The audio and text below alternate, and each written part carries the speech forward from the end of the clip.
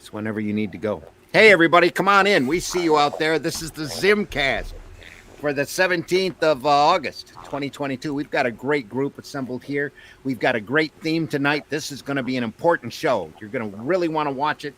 You're going to want to archive it. You're going to want to study it. You're going to want to maybe even share it over on Facebook or Twitter or whatever your social platform is.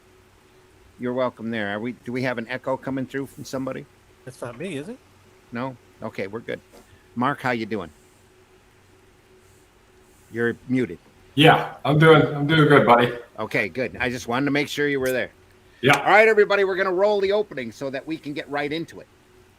It's a great night. This is the theme for the night right there. Everybody I know needs what I'm selling. Swift kick in the butt. And here we go. We're going to run that opening, he said, as he stalls for time, as he looks up for the opening. I should just prep a new opening every week, you know. Milking. Here we go. Small countdown. 5, 4, 3, 2, 1.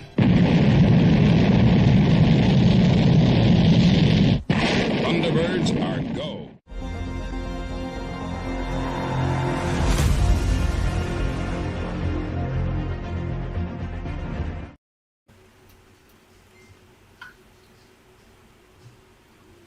There's no warning.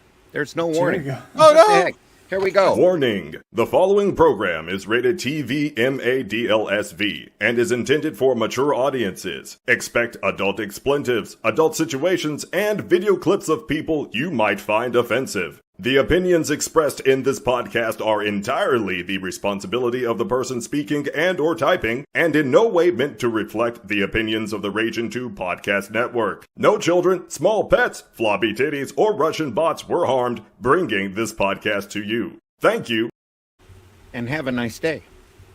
Hope everybody's doing well. Come on in. That chat is open. It's open. I'm your There's host. not going to actually be any adult situations, right? Just maybe someone will mention one. Just in case. Occasionally I do strip. Don't. I'm not wearing pants, but you don't see that on camera. Right. So, Yeah, as long as you keep it below the table. Pretty adult situation. For that, we run this. I'm not wearing any pants. Film at 11. You can always show everybody at 11. Yeah. We won't be on. It's all great. ZimmCast after hours. ZimmCast. That's another show for another time. Coming soon. Or another show for never.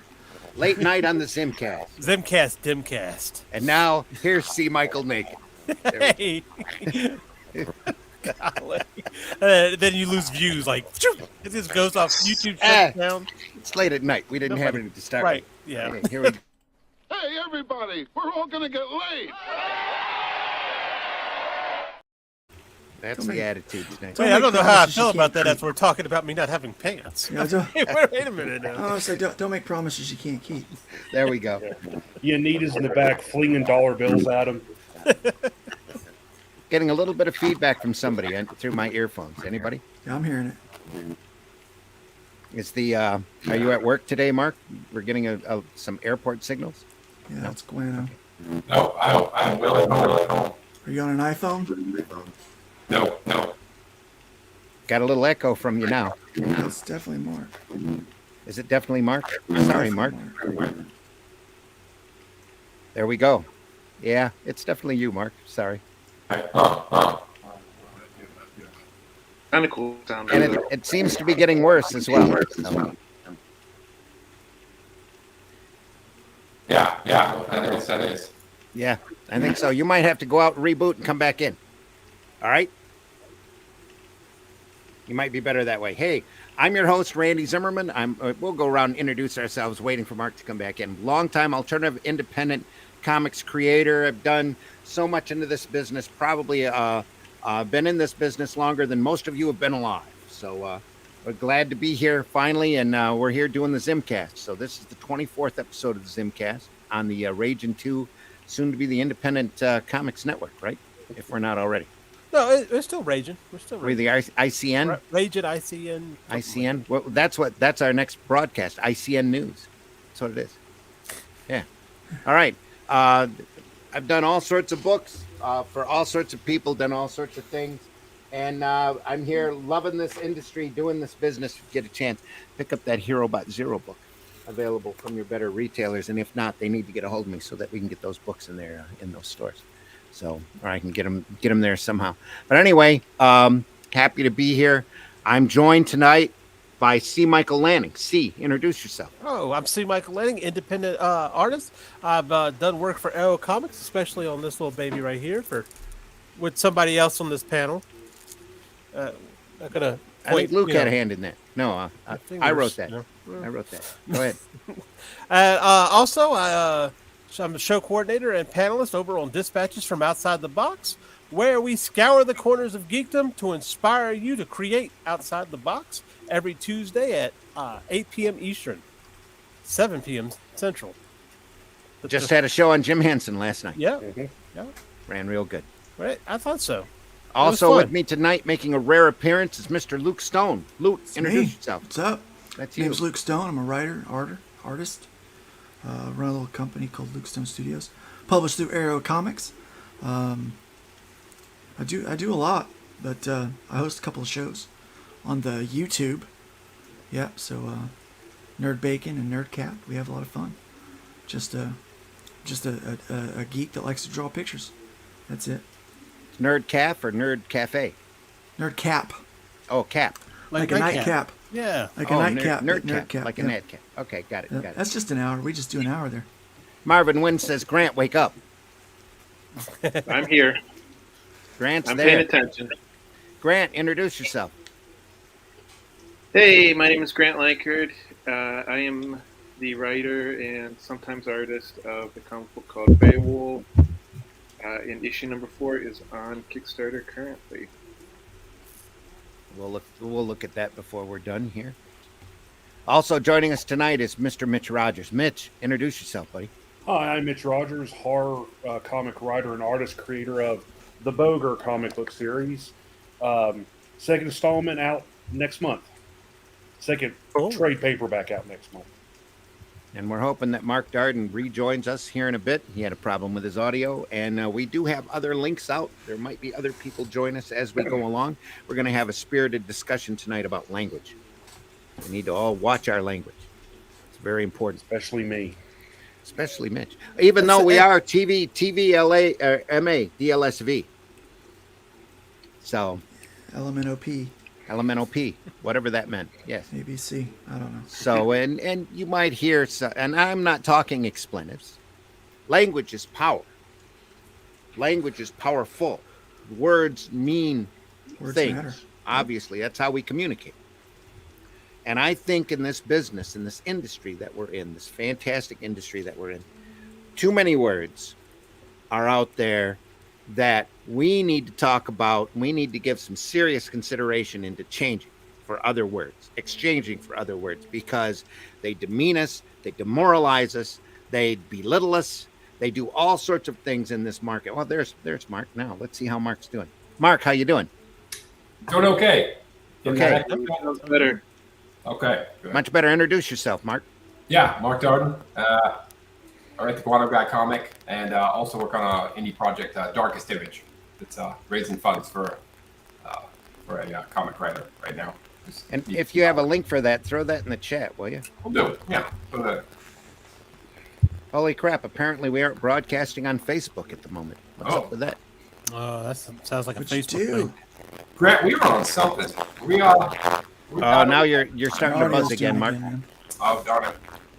Well, Facebook user says, Randy Z, what's up? We don't know who you are, Facebook user. You need to go over to YouTube and register so that we know who you are. It says, indeed, words mean things. Yes, they do. Yes, they do. Mark, we're going to leave you muted, I think. Why don't you mute yourself until you need to speak? Can you do that? Are you there? Good man. All right. Hit that like button. Hit that love button over there if you're so inclined. But I've got a few words that we need to maybe do a round table discussion about maybe changing, maybe getting rid of in this industry, because quite frankly, it's up to us. We are the independent and alternative creators out there. We are at the forefront of experimentation of our artistry of this art form. We need to take the reins. We need to drive this stagecoach. And the way we do that is to take back some of these words, some of the stuff that have just become so commonplace out there that we take it for granted and that we use in our everyday conversation between each other all the time. And some of these words have always driven me crazy. Some of them, when you think about them, you go, why are we still using this word? Because we need to stop it, because it's like I said, it's demoralizing, it's demeaning, it makes us look less than what we are. We need to take some pride in what we do, some pride in our art form, some pride in our industry, and start. I wrote notes, and one of the notes I wrote is that we need to go from the schoolyard to the college where we belong. There's too many people out there. There's college courses now. All the community colleges, some of the bigger colleges out there teach sequential art as a class.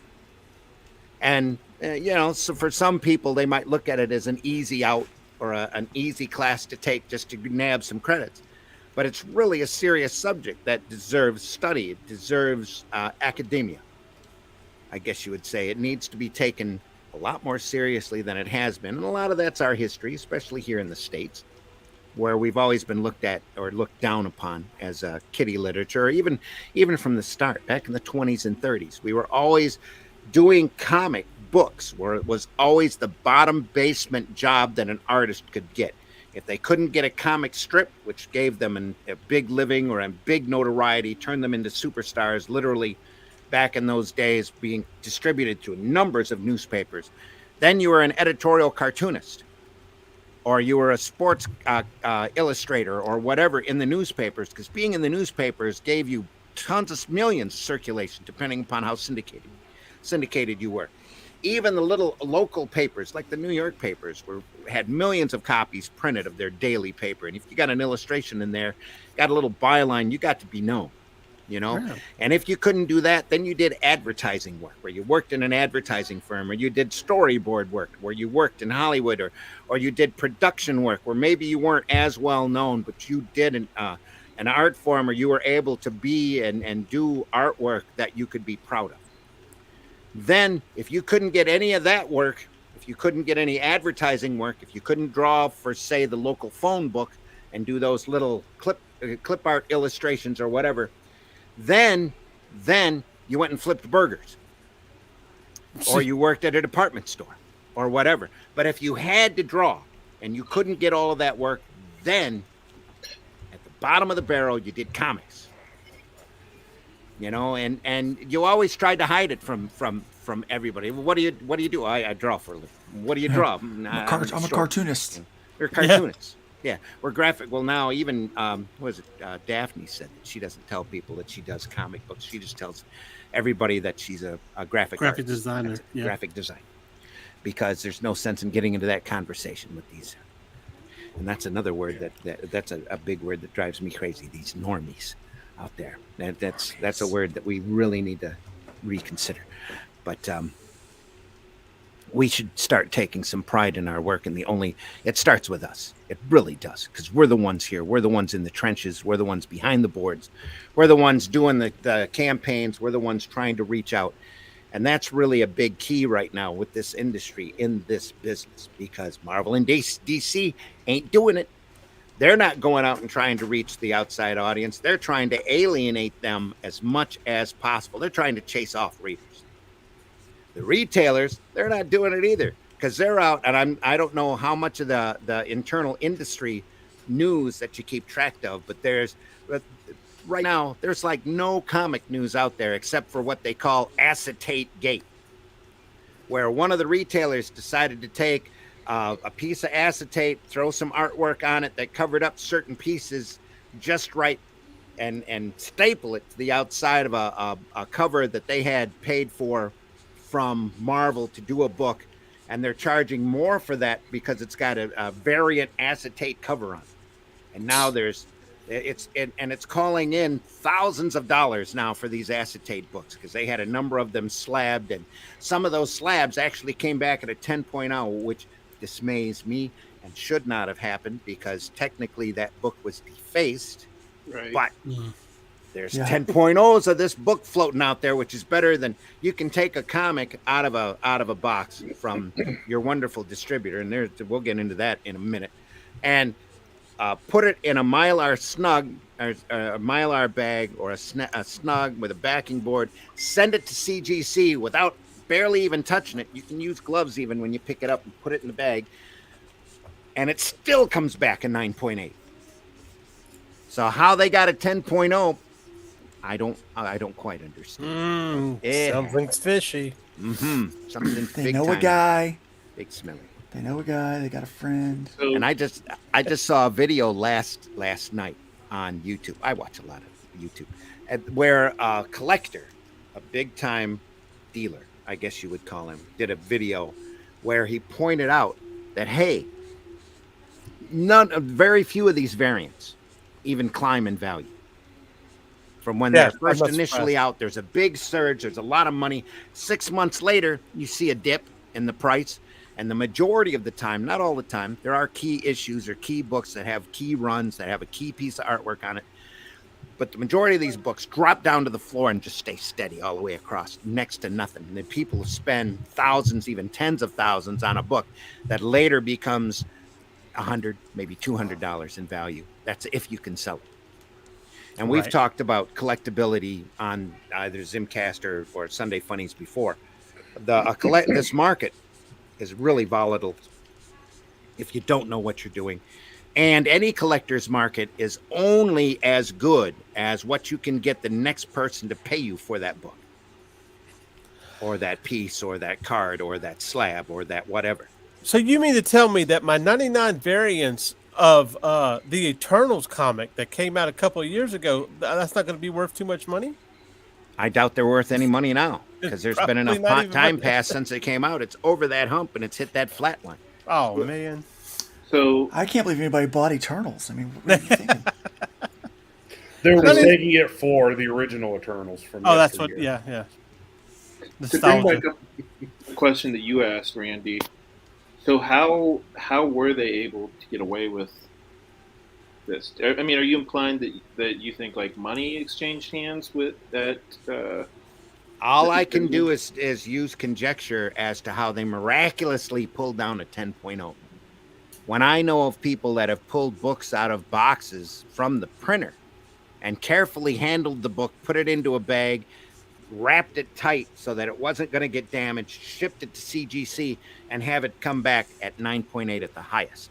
I mean, how many 9.9s have you ever seen out there in the, as they say, in the wild? How many slab 9.9s? But the main point, Never. the main point is, if it doesn't have the original cover on the comic book, it shouldn't be getting anywhere near a 10.0. It should be getting like a 2.0 or It was the There's face. there's 4 more holes in that book than what there were when it left the printer from the original manufacturer. so Because what they went through and sunk 2 more staples into that spine in order to put that acetate cover on. So the question is, whoever graded those comic books is either incompetent or there's some type of funny business. That's the big question. That rings the bell. Funny business. That's true. But right now, that's like the only news that are out there. And I started ZimmCast so we could talk about industry news, and that's all the industry news that you see out there right now. Is everybody talking about, is it valuable? How'd they get that 10? 10.0, why it didn't come in at a 9.5 or whatever, because it's a defacing of a book, or Marvel's now disavowing that they did anything, because of course they didn't make any more money off of this other than selling the original variant cover to the retailer in the first place.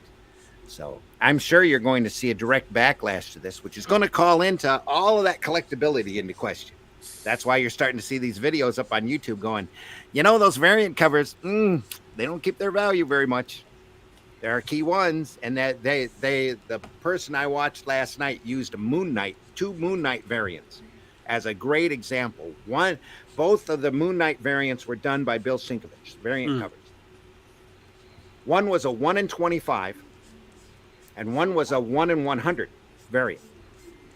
And the one that was 1 in 25 that had a bigger print run is more valuable than the 1 in 100 variant. And it's Now, why nothing is that? special about the book. It was just a variant cover that was put on. It's a painted cover as opposed to a line work cover. But So the that's the art- only big difference. But the difference in the values is tremendous. The painted cover that was 1 in 25 is worth tons more than the rarer, and the 1 in 100 cover is pretty. I mean, it's a really gorgeous piece of artwork, and yet it doesn't have any value compared to that other one at all. So, okay, maybe I misunderstand. Are you saying though that like line work covers are more valuable than painted covers sometimes? No, he was using 2 issues from Moon Knight to compare, because these variant covers vary. Some of them are painted, some of them are digitally painted, some of them are done raw, or physical, I guess you would call it nowadays, that are actual original artwork that's shot and put on the cover as opposed to a digital file that they send in. But the 2 covers that he used as an example were oddball Moon Knight books. I think they were both #1, but that one was a #1 for a miniseries. Can't recall exactly, but the thing is he put both of them up there and said, why is this one more valuable? Is it because it was painted? But it's because it's a 1 in 25 variant, as the other one was a 1 in 100 variant, and the number of them that have been slabbed, especially in higher ratios, the 1 in 25, there's a lot more of those slabbed than what there are the 1 in 100. And yet the 1 in 25 is worth infinitely more. I mean, we're talking thousands. The difference was thousands of dollars. More valuable than the 1 in 100. Were they both Sinkovich? Yes. Yeah, that's it. Huh. And the drawn piece was beautiful. Don't get me. It wasn't, how Sinkovich, and this is my personal opinion. So we could probably run that banner in here somewhere. Nope. I guess I don't have it strung up here. This is my personal opinion. The 1 in 100. There we go. Where'd you pull that from? The banners. That's the first one. Is it? Yeah. Talk to us. Oh, I don't know where you pulled that from. I don't have that on my banner list. But anyway. Really? It's either on the first one. Should be. Huh. No, I'm looking under banners. I'm just not reading it right. So my first one says talk to us, ZimmCast@gmail.com. No, keep that rolling. That's fine. But the ink, pen and ink one, the black and white, it was a black and white cover. It was beautiful. It's got Moon Knight descending down over top of a church. The perspective is amazing. The cape is almost in a full half moon. And it's just a gorgeous piece of artwork, one that I would give anything to own. And the other one is a painting that looks, it's fuzzy. It's, Sinkovich has a variety of styles that he uses and has used over the span of his career. Some are more looser than others. This cover was a lot looser than the pen and ink cover. The pen and ink cover reminded me of the old Rampaging Hulk days when he was drawing pretty close to Neil Adams as far as look and feel goes, and technique and style. And the other one looked like a painted cover he might have spent a couple hours on. But the difference in prices was tremendous, and he was using that as an example to show these waves and how they travel, and how you can't figure out the true value, which you really can't. You can't really figure out the true value on these slab books. It's only worth as much as you can get the next guy to pay for. Right. And he's starting to call out that maybe, just maybe, variant comics, variant covers might be a sucker's game. Maybe. I think we kind of knew that since the 90s, didn't we? 80s. You know what the 80s. first variant cover was? I just covered this in an article for Comics Unlimited. First, we were doing a book back in 1985-86 for Arrow Comics. This is how long ago it was. Vince Locke doing phenomenal work. Oh, yeah. I love him. On Dead World, right? Second issue of Dead World's got a zombie on it holding a decapitated head with his stomach ripped open with intestines falling out. It's a great picture. It's a family book. Yeah. It's a very family book. It has mature readers printed on every cover. Don't get us wrong. It's nothing that we tried to slide through anybody or mislabel or anything like that. But it threw the retailers into an uproar because they were like going, we had to put a backing board. We had to cut a backing board off and stick it up in front of the cover so that the moms didn't freak out because it was such a graphic cover. Says, you guys can't be doing that. And having this big graphic nowadays, it would just be, second nature, and you'd see this stuff plastered all over the place. But back in the late 80s, you get an angry mom working against you and you're in a lot of trouble in these comic shops. But anyway, we're driving over to Chicago. Ralph Griffith, Stuart Kerr, Mark Bloodworth, and myself are all jammed into a car because that's what we did back in those days. And it was a small car. We just jammed some long boxes into the trunk, and we're all squeezing in and driving the middle of winter in the smallest car possible to save on gas, sliding down the expressway. We're trying to figure out how to cure this problem because a couple of the retailers got mad. So we said, okay, well, from now on, we had Vince paint, and Vince did great paintings. He could do whatever. We weren't going to tell him what to paint, just that one cover would be normal and graphic and show the zombies, and the other cover would be tame. So we started offering graphic and tame covers to retailers so that they could choose what cover they wanted to display, or they could carry multiple copies of each one, which was really the goal, and stick the tame one in front so that the moms didn't get upset. And the tame cover was like still life pictures of apples and, an apple with a bite out of it, or they were pretty tame covers, especially compared to the content of the interior of the book and the content that Vince was able to paint. And those covers, by the way, got him a gig doing the covers for the hard rock band Cannibal Corpse. Oh, gosh. Which he still does awesome. to this day. He still does all of those covers for them to this day, almost in the exact same medium as what he did in these Dead World covers. Arrow Comics graphic. Arrow Comics really started the variant cover idea, and that was in order to keep the retailers happy, so that they had a cover they could put out there in front. That was years before everybody decided that the alternatives and the independent comics were only good for somebody's pull list. And very few, only your best retailers out there bother to display independent books that are below, in their minds, below Dark Horse or Image nowadays. And back when I was doing Arrow Comics 3.0, we quickly learned that lesson, that we were a pulls only company. That's the terminology that we heard. You're a pulls only company. You're in that green section. You're not exclusives. You're a pulls only company. And then when we tracked down the Diamond rep, and at that point, Diamond was the only game in town. They were the only distributor out there, much to the decay of the entire industry.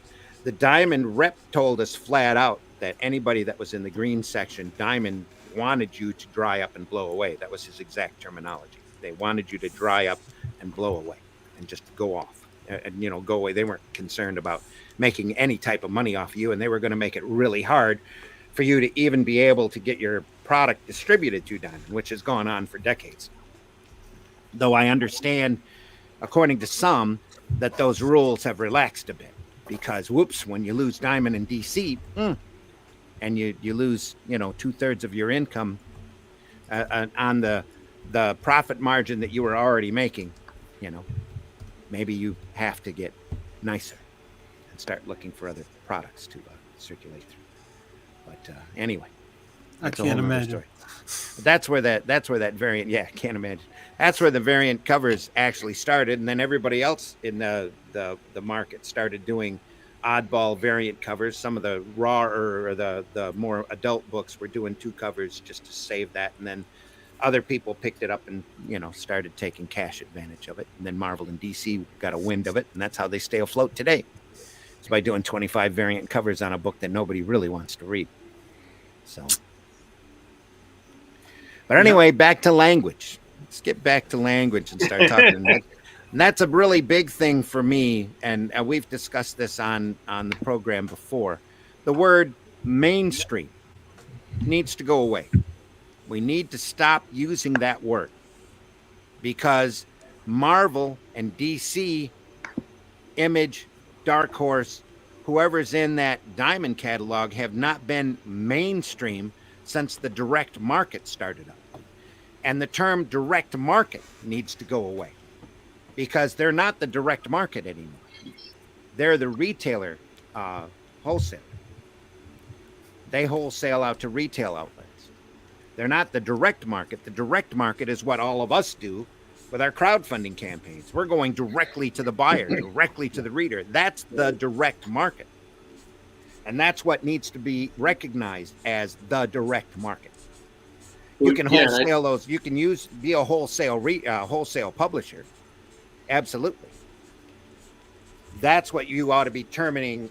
And the secondary wholesale publishers right now are struggling. They're scrambling like crazy. They're having a hard time. They're doing crowdfunding campaigns now in order to try to stay afloat. So when people say the direct market, what they really mean is comic book shops. Yes. Yeah. The direct market was started back in the early 80s when Phil Suling and a number of other, Bud Plant, a number of other people decided to start buying comics from publishers to sell directly to retail comic shops. Right. And to make products aimed directly at the retail comic shop. Because, and again, when you get into this history, it's amazing because it's really fascinating to see all the turns and the screws and we're TVMA DLSV, all the fucks that have gone on or not been given about everybody else in the market as long as they get theirs. I mean, there was a period there where Bud Plant was a major distributor, especially along the West Coast.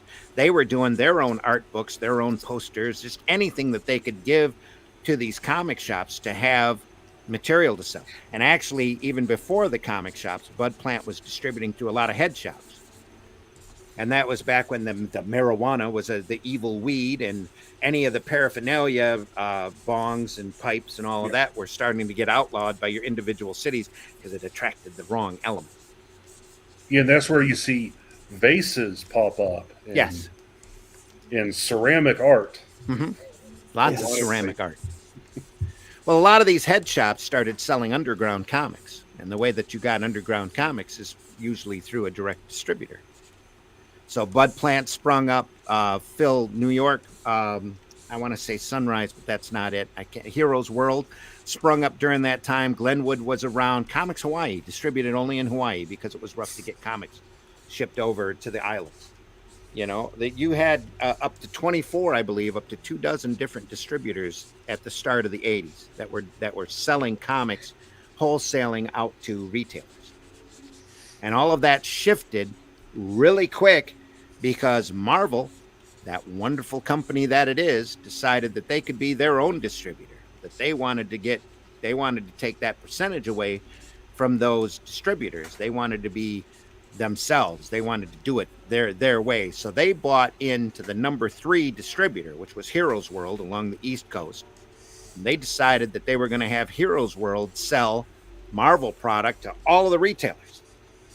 And they pulled away from all of the other distributors. At that point, Diamond was just one of many. There was Glenwood was bigger, Capital City Comics was bigger. All of these other retailers were bigger than Glenwood was. Glenwood then went around like Chicken Little, yelling at everybody or Henny Penny, no, Chicken Little, yelling the sky was falling. The industry is just dying. Marvel's pulled off away from everybody else. We need you to sign exclusive deals with us. And they got into bed real fast with DC on a backroom deal. And this is my understanding of how the direct market went. And, you can argue with me about the history all day, or this wasn't right, or that wasn't right. But when the black and whites really started screaming in the 80s, and there were all sorts of, we were selling 40, 50,000 copies of the original Arrow books. 20,000 was a dip in the print run back in those days. Aniverse, I did a Funny Animals science fiction comic back then. Our first comic sold 10,000. Number 1 sold 10,000. Number 2, because the orders came in low, only had I think it was a 3,000 print run on that. But then Arrow took off as a company. People noticed the Realm comic that was out there. Realm went from an initial print run of 5,000 to 15,000 to 20,000 to 40,000. My book went from 10,000 to 5,000 or 3,000. Then we went to 15,000, then to 20,000, then to back down to 15,000, and we stayed pretty much at 15,000. But even back then, considering we were still sold for $1.50, we made a living doing a bi-monthly book. This is 86, 87 at this point. Okay. The black and whites were $1.50, and we were still fighting against, Marvel at the time was $1.25, something like that. We had to charge more because our per unit cost was higher because we weren't printing tens or hundreds of thousands of books. Yeah. That makes sense. But the direct market now seriously is us. We're the ones going direct to the consumer. The retail publishers or the wholesale publishers are out there barely struggling, trying to hang on. Valiant, I think, is lucky to be down to one title a month. Yeah, what is that about? Their offices are gone. They're hitting rock bottom. Well, they hired Heather Roundhouse, but that's a whole other story. But anyway, they're struggling, and I mean they've had movies. Bloodshot was out, but they were supposed to have a big deal rolling, and all of that. Look at Dark Horse had their own studio for a while. It was out. That's all he said. It was out. It was out. It was out. Bloodshot was out. You said they had movies. I'm like, that's a matter of opinion. It was out. Okay. Yeah, it came out. Vin Diesel was in it. Should have been a huge film. Anyway, I heard it's a fun movie. I haven't watched it myself, but I kind of like that movie. Yeah. Is it? I haven't watched it yet, but we need to do a viewing party. But yeah, let's stop using the word direct market out there to talk about Valiant and Dark Horse and Boom and all. They're retail wholesale. They're wholesale publishers. That's what they are. And now Boom's doing everybody's doing crowdfunding. Dynamite's doing crowdfunding. Everybody's doing crowdfunding, trying to cash in on that. You have a couple people out there, and you'll see more people coming in and crowdfunding and doing a direct consumer product that'll start making regular money, especially if they treat this industry as a business and not as a quick buck opportunity. There's too many of these people out there doing crowdfunding now that are looking at it as a quick buck opportunity. So they have a book that looks phenomenal that pulls down 30,000. Then it takes them a year and a half to get the book out. They pull down $1 million, and it takes them 2 years to get a book out because they're too busy trying to sell you the toys and the T-shirts and the hoodie sweatshirts and all of this, and then making their warehouse and all of this. Or they can be intelligent about it and turn themselves into machines, like what Brian Pulido has done with Lady Death. Not a huge character, not a break out the walls iconic character, entertaining them, and has an audience.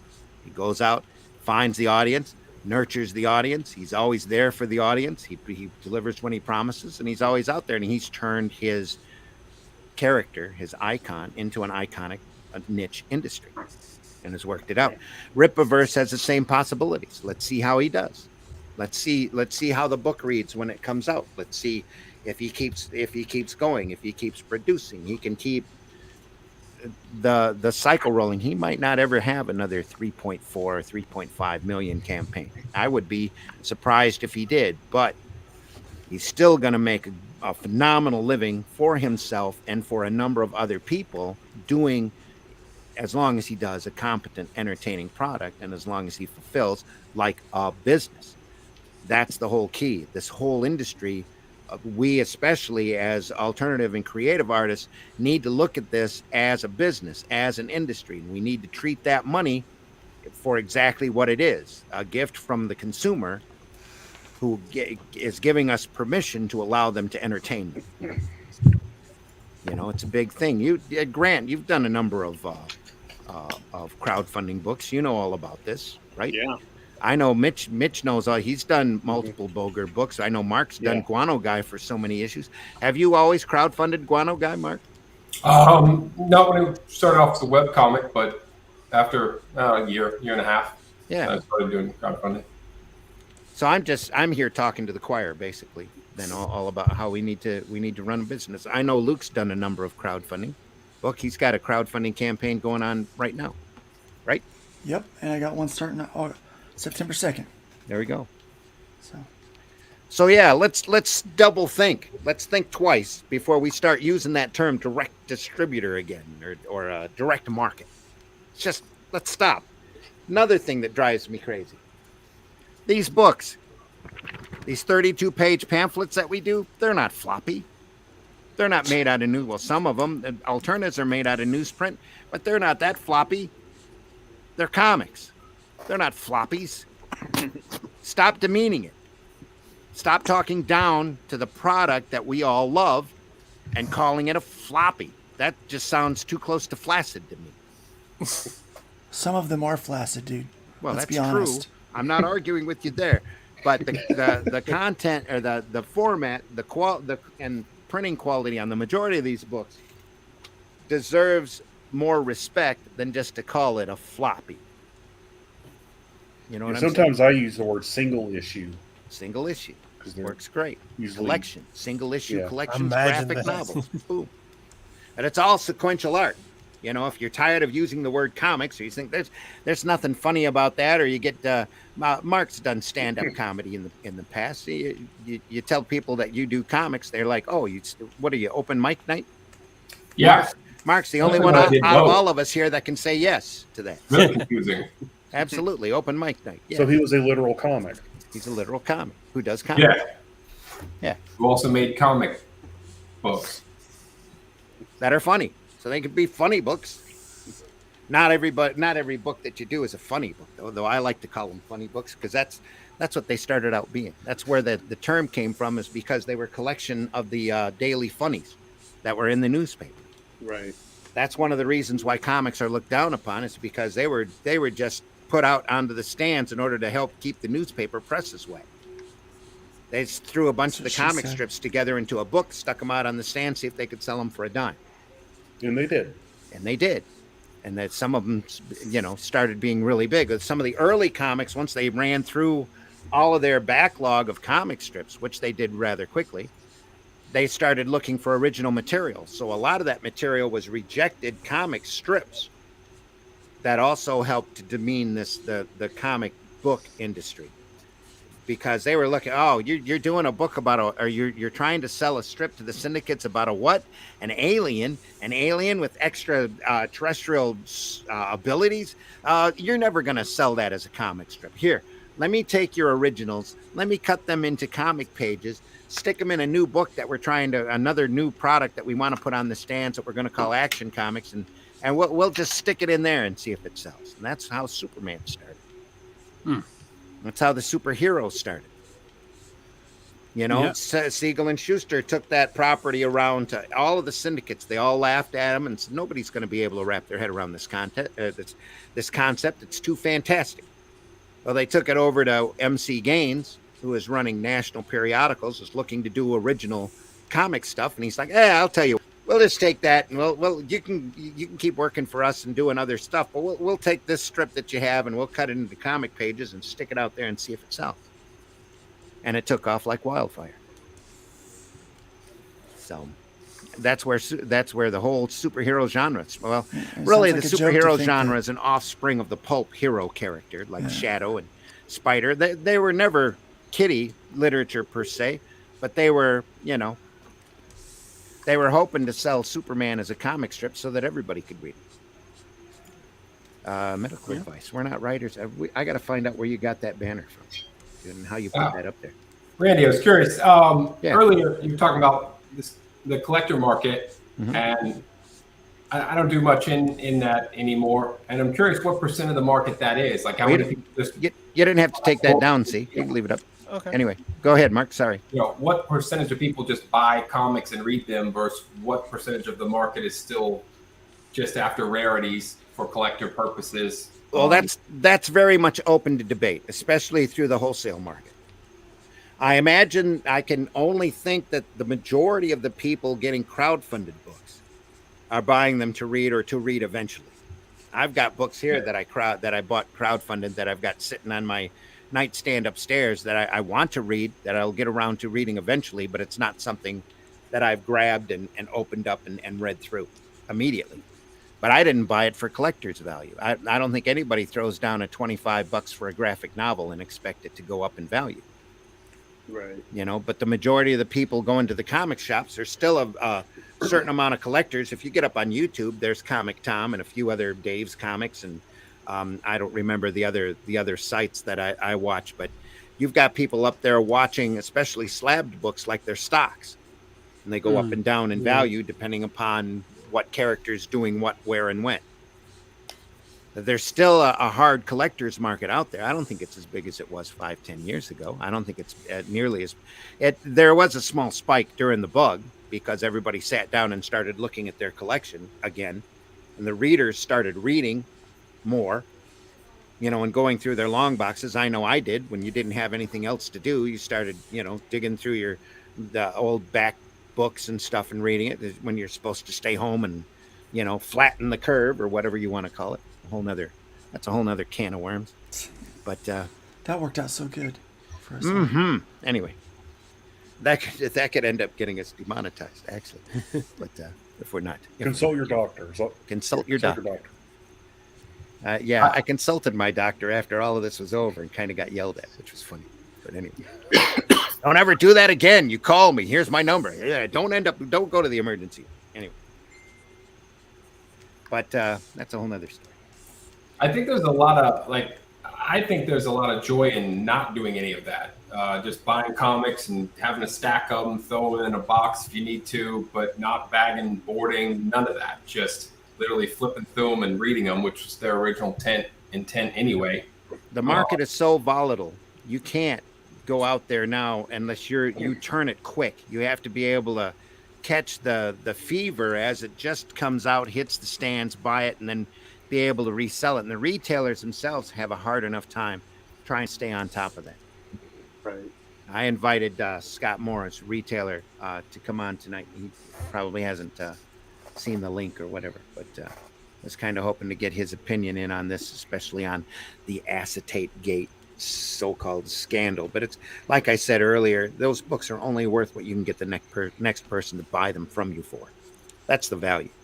And it's going to go up and down. Back in the 80s, we had the same thing, but we got noticed. Arrow Comics got noticed when a retailer out of New York decided he was going to speculate on Realm 1s and put out an open call in the Comics Buyer's Guide, because we didn't have social media back in those days. We only had a newspaper that went around once a week. That was the nearest thing we could get for news, called the Comics Buyer's Guide, put together by Don and Maggie Thompson. And when it was at its height, Alan Light originally started that, who was a big reporter for Rolling Stone, started the Comics Buyer's Guide. And it was a big thing back when I was growing up in getting into comics. It had that mailed right to your house, had all these dealers in it running ads and talking about comic values and speculation and all this. One of the retailers out of New York offered to buy Realm, which was a $1.50 comic, for $5. Anybody that wanted to send in copies, he'd sell for $5, or he'd buy them from them for $5 if they were in good condition. And that bumped the attention on Realm right through the ceiling. And we sold a lot of comics right after that. We were doing shows before that all through the Midwest, and people were like looking at us going, "Oh, you're a new funny book publisher. Okay." And the curious ones would buy stuff, and you know, the speculator guys would just ignore us. But once Realm went up, all of the retailers started ordering us like nuts.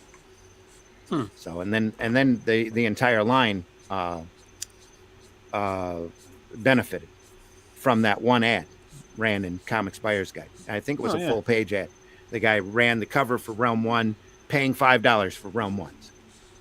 So that also inspired a couple of other people to start their own fantasy book also. So you had titles like The Crypt and The Dungeoneers and The Adventurers spring up right after, well, not right after, probably 4 or 5 months after Realm 1 come out. And we put together an ad. We ran a full page ad, Comics Buyer's Guide, and it was cheap to do back then. It was fun. Where we showed all of their logos. Says, we want to thank the publishers of The Dungeoneers, The Crypt, The Adventurers for their wonderful imitation of the Realm. Issue 4 on sale now at your newsstand. And then we ran underneath imitations, the sincerest form of flattery. Thank you so much. Pissed a lot of people off, but it was good. Those were fun days. I'm glad to know that you haven't changed much. Haven't changed much at all. But yeah, we could keep going through that. Let's hit the chat here for a second. It's Mark Dudley. Heading to YouTube right now. Thanks, Mark. Appreciate you very much. Imaginos TV says, okay, it's Mark Dudley. I'm on from Facebook. Oh, there you are, Imaginos. Is that right? Imaginos. Yeah, Imaginos TV. I absolutely agree with you, Randy. I have for all the years you have known me. And all right, Mark, thank you. I don't remember what he's agreeing with, but whatever. It was great. He was agreeing with me almost an hour ago. There we are. The issue is they are a day late and $1 short. They're trying to catch up on something they should have done years ago. They see the demographic news and are trying to pander to the audience. Yeah, this has always been a not quite an incestuous business, but a gratuitous business where they've always jumped on whatever was hot. Like I said, we kicked the realm out. All of a sudden, there's 4 or 5 months later, there's 5 or 6 adventure books because the realm was hot. So Dead World comes out though, and nobody does a zombie book for a few years. Gore Shriek, I think, come out and had zombie stories in it, and then when Walking Dead comes out, the whole first story arc, people are going to writing to Kirkman going, hey, Dead World 1 through 5, come on, what are you doing? You're copying, this is in there and that's in there and this is in there that you put in Walking Dead. What's going on? And Kirkman was going, look, I never read Dead World when I was a kid. Never saw it. I don't know what you're talking about. And, yeah, we were all sitting here going, yep, okay. Anyway, so they try to compare themselves to manga. But manga works because it has a diversity of subject matters, not just superheroes. Mind you, I have nothing against the superhero genre. No, but that's always been a problem, though. That's been part of the problem with the direct market. Is once Diamond became the exclusive distributor, once Diamond ran around like Chicken Little and told everybody the sky was falling, once Diamond realized they couldn't run 36% of the comic product through a distributor that at best was distributing 15% of the product along the East Coast. Once they realized that happened and that distributor collapsed in on itself, and they ended up running back to Diamond with their tail between their legs, Diamond started dictating their own terms, making hoops for the green section, and putting people in the green section was a big thing. And then dictating terms to them about minimums and purchase orders, and you're going to get serviced and you're not going to get serviced, and hiring reps, and the new hires on the rep list get the bottom basement of the green section, or have to deal with these crazy guys that are always complaining because they're doing everything that they can to make them dry up and blow away. Yeah, was what it was. And during that period, they decided through some marketing survey what their demographic was, and they told everybody that. So you saw a lot of diverse Marvel product that was going on at the time. The 70s black and white magazines is a big example of this, that were still going out in the early 80s. They cut all of those down so that they could hit this one narrow demographic, mostly white, mostly male, 25 to 55-year-olds. And that's all the product that they wanted to do. So yeah, everything narrowed down to superheroes, male power fantasies, or toy tie-ins. And then later movie tie-ins. And every once in a while, or TV tie-ins.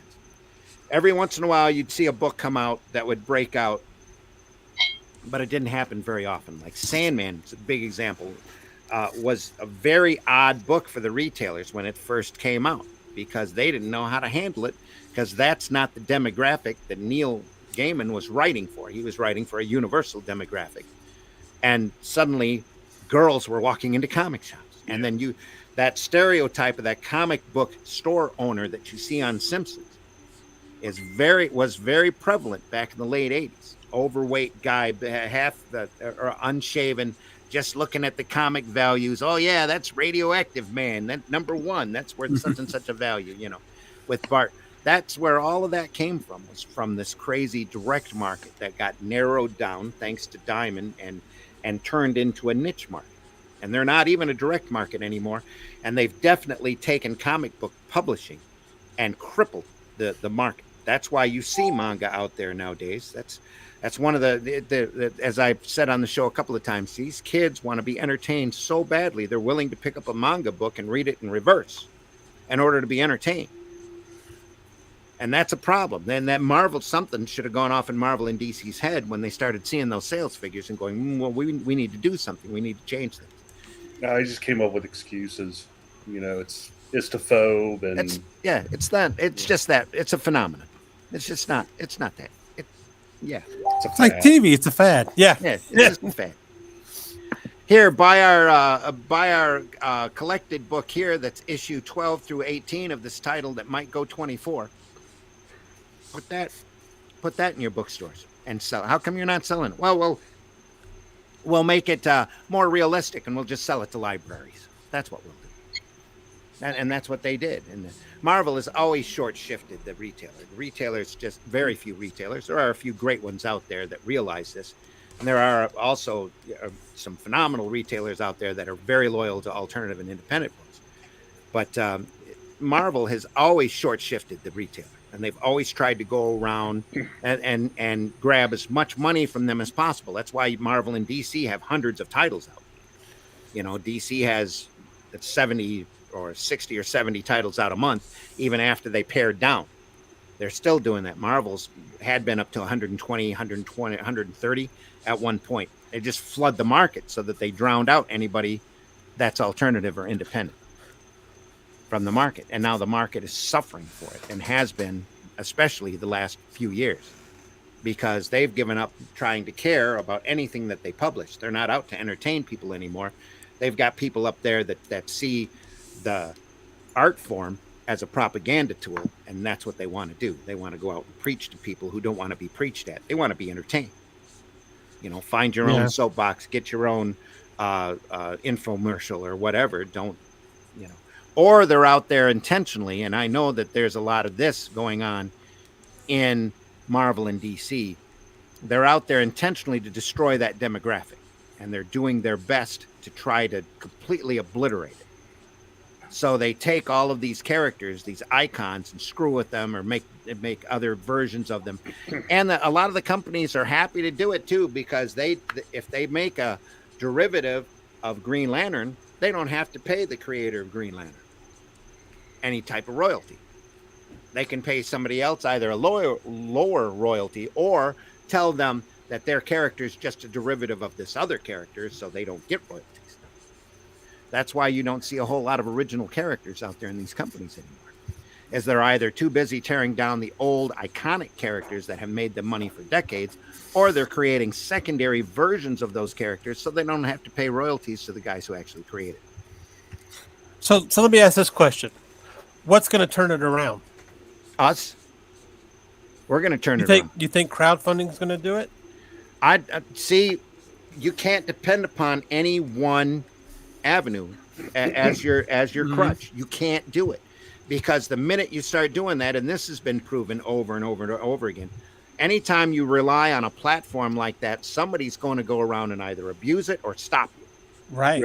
Yeah. Once they realize you've made too much money. Look at all the flack that Eric July is getting now for doing Rippaverse. Oh, he's this, he's a ist, he's a phobe, he's a this or a that. Because this guy pops out, has a pre-made audience that he's built up over a decade and a half on his own channel, then 6 months on a bigger, wider audience channel. Yeah. Said he's going to do it, told you when he was going to do it, decided, went and did it, and boom, he opened the floodgates and got a ton of money too fast, according to a lot of people, PayPal one of them, that decided they had to throw up whatever roadblock in the way to keep him from being successful. It happens like that all the time. That's why you see a constant rule shift in YouTube and Amazon, all the way down. Patreon was another one that has gone through and tried to change their rules. When somebody goes out there, figures out the system, works hard in the system, makes money in the system will go through and figure out they're making too much money and decide to screw them, which is amazing to me, that everybody's relying too much on Kickstarter and Indiegogo. Now you're seeing Zoop starting to spring up.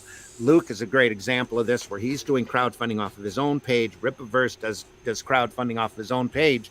But again, this market has gotten with so many opportunists. So many people have tried to abuse the system and overrun the system, that these platforms are going to be in an uphill battle. in order to get noticed, in order to get marketed, in order to get funding, because everybody's cynical hairs on the back of their necks have gone up. Well, I think part of the problem here is that we are relying on crowdfunding to distribute. And crowdfunding is angel investments. That's what it's supposed to be. Yes. It's supposed to be to fund the project, not to sell and distribute the project. We got to get to the point to where we are wise enough with our resources that we are putting books out monthly or bi-monthly. Well, and it's from our own websites. It's not crowdfunded. Yeah. And I know every time I say that, I always get a face. Somebody always gives me a face. That was me. Yeah, I saw it. But here's the deal. It's either a hobby or it's a business, right? And it's fine if it's a hobby. Crowdfund forever. But if you're friggin' EVS, figure out another way to do it, right? I mean, Eric July invested $200,000 of his own money to have his book printed and ready to ship. Yeah. Like, he's already got books in hand, ready to ship. Mm-hmm. He's got to order more. But I mean, this cannot be a. Well, that's the thing. It's what he's doing crowdfunding, because he's not really calling it crowdfunding. No. He's calling it pre-order. Yes, pre-orders. Yeah. Yep. So it's basically technically it's not crowd. And Yeah. again, this goes back to the problem with language and the pigeonholes that we give these words. You know. I didn't mean to interrupt you. See. No, that's all I could say. I mean, that's all I wanted to say. Was because I thought about when he was saying that. It's like, yeah, he's got all this stuff already. He's already funded this, and he keeps calling it pre-orders. Yeah. So I'm thinking, It's like what of I'm course doing we is can't not all do that. Yeah. what I'm doing for my website is not a crowdfund. It's a pre-order. It's a group buy. As soon as we hit a certain amount of dollars, I can pay for the print run. Yeah. And so people are going ahead and ordering their book as being a part of that, and they know, okay, since they're going to be the first 25 people are going to get a special print for being a part of buying in, so that we can get that whole thing printed. Mm-hmm. So yeah, I mean it's but like I said, it goes from being, whether it's a hobby or a business. So it should be a pre-order, You're right. as opposed to crowdfunder. Yeah, and I mean hobbies are great, and I have nothing. I'm not trying to talk bad about anybody that making comic books is a hobby for them, but what you're saying is we've got to change. We got to change things, right? Well, in order to change things, we can't spend 2 years to make a book. Yes. We got to stop that. We got to produce good content at a consumable rate. I said a consumable rate. A consistently consumable rate. Yeah. Not everybody wants. Yeah. If you're getting a 100-page, an 80-page book, you don't need that every month. Mm-hmm. But if you're doing 24 to 32 pages, you should be able to figure out how to do that every month or every other month. To a certain extent, you got to be able to figure out how to do that if you want to make it a business. That's why comics narrowed down to 32 pages, because initially when they started, they were 64. And you had everybody out there playing with all sorts of different formats. They narrowed down to 32 because that fit the web press the best.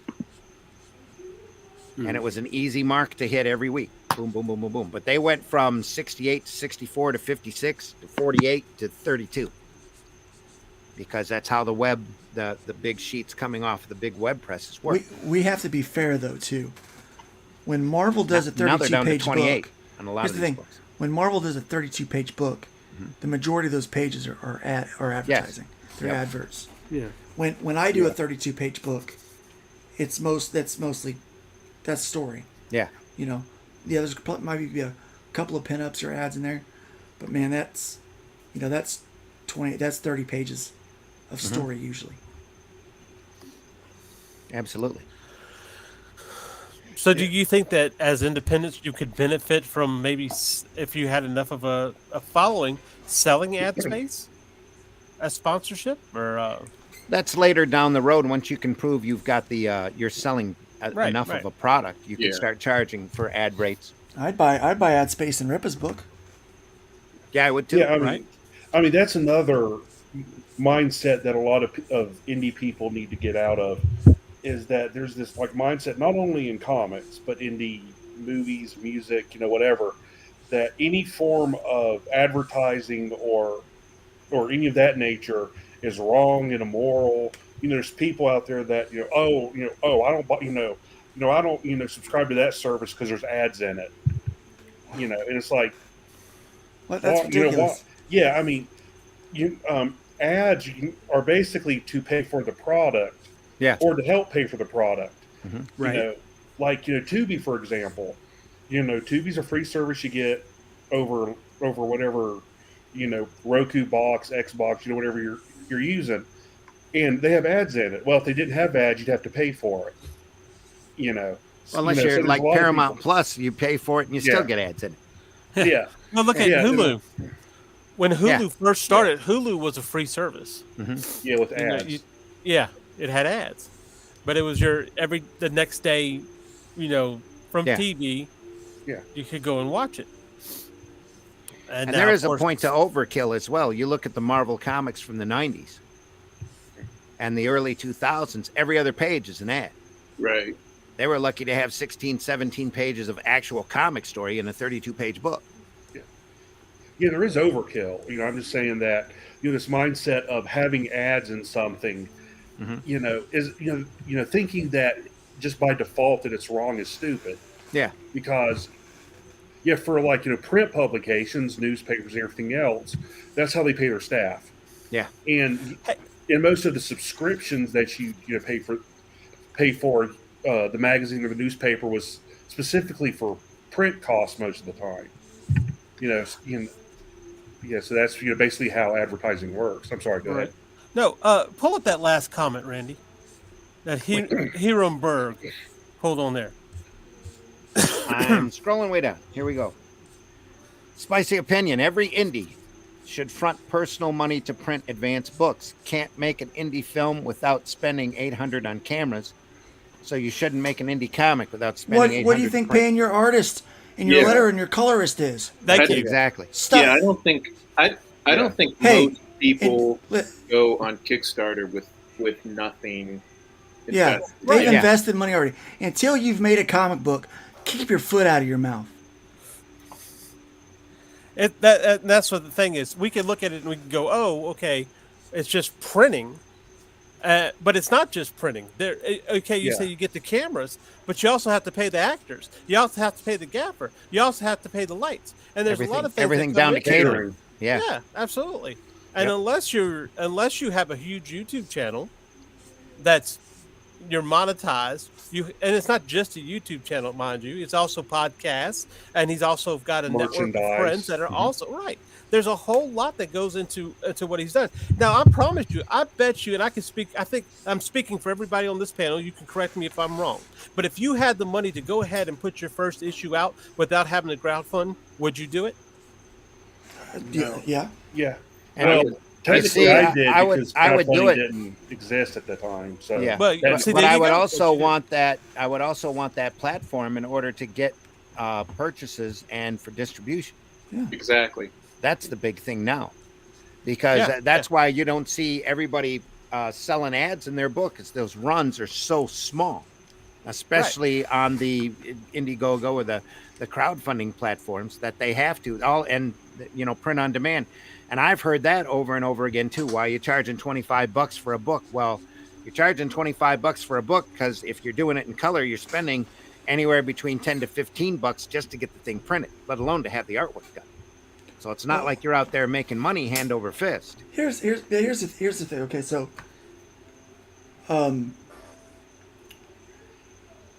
not everybody writes and draws. Yeah, like I do. Not everybody can write, draw, color, ink, and letter like I do. Right? I got a guy. He's paying an editor. Okay, the editor is charging $250 for the book.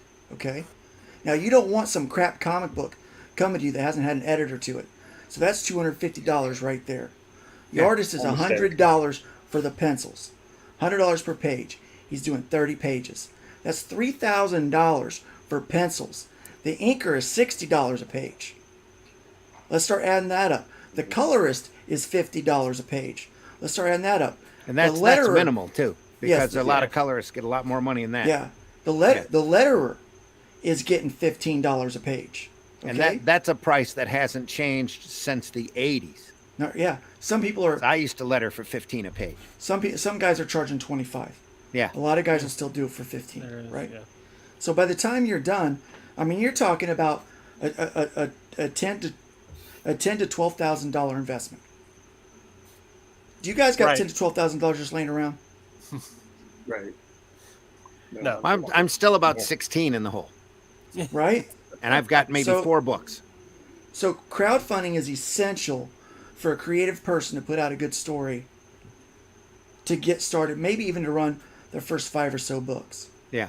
But eventually, if you're going to do it and make it a sustainable business, you have to figure out a way to not have to crowdfund every book and only use crowdfunding as a means to pre-order. Well, your once print you run. once you turn it into an industry, once you have it running as a business, your previous book's take usually pays for the next book. Yeah. Right. You know, But I and you're mean- constantly turning that money around, and yes, you're still pulling in some profit. Very few people at this point are making huge livings at this. Some are just barely squeaking by. But since the 80s, because I've been printing alternative independent comics since the 80s, majority of those books that you see out there, majority of those independent offerings, and now even the majority of those crowdfund books that you see out there on those platforms aren't making enough money for people to even live on, let alone make a good profit on it. And Yeah. Yeah, I mean, I Huge. can tell you something that's happened to me before is, you're going out to lunch with somebody and they're like, oh, Grant can pay for lunch today because, he just had that huge Kickstarter. Mhm. It's like, okay, well, I'm making like between $3,000 and $4,000 on each of these Kickstarters. Fortunately, Are you I actually look- making money to put in your pocket? No, I'm saying that's Okay. my gross. Yeah, he's just talking about the Yeah. After My heart about stopped. I was like, you make money? after the, What? Yeah. after the Kickstarter, after I pay the people who help me out on the comic book, after I get it printed and shipped, I usually have about enough money like to take my wife out to like a nice restaurant, and that's about it. Once. Yeah. Yeah, I'm usually paying for the next book with the book that I'm working on right, exactly. at the moment. So I was talking with Dave Brink. He's got a book called Perfect 10. And he's sitting at about $13,000, $14,000. He ain't made $13,000, $14,000. No. Like that, he's not seeing that. No. Like, because here's the deal. Whatever your goal is initially, when you start to blow past that, it is a sliding scale. It is not a fixed scale for profits and cost. It is a sliding scale. So the more that you make, the more you're going to spend. You're going to, and it really, sometimes making more money can hurt you Yeah, I mean, than making especially less money. Yeah. especially when you start factoring in like Facebook ads. Because I mean, I think a lot of the really big Kickstarter campaigns, they're probably spending a ton of money on Facebook ads. Gotta I've spend never money had to a make money. successful- Yeah. I've never had a successful Facebook ad. Never. So, And and I've spent a same lot here. of money on those. Yep. A lot of people in our society have a very horrible grasp on the concept of economics. Well, they don't a lot of folks understand too have overhead. They don't understand Bad grasp of value. business as well. Yeah. Like all these people, like what Grant said. He made X amount of thousands of dollars on a campaign. He could take everyone out. And it's like, no, that's how much you made on the campaign. There's just there's overhead costs, and fulfillment. Yeah. yeah, and I mean, owning a small business is the same way. I know people who own small businesses, and people have this concept that they're millionaires. Mm-hmm. When it's like, oh, Boy, that'd be nice. yeah, your store made this amount of money that one day. How are you still struggling for money? It's like he has electricity, he has staff he has to pay, he has insurance he has to pay on that. There's so much stuff that go into basic running just anything, and people do not grasp that when money or value or price comes into consideration. Well, look There's at a Rants. huge difference between millionaire and entrepreneur.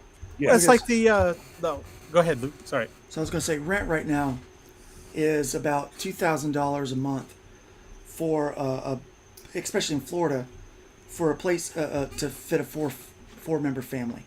Okay, and in order to be able to rent a place, you have to have proof of income that you make 3.5 times the rent.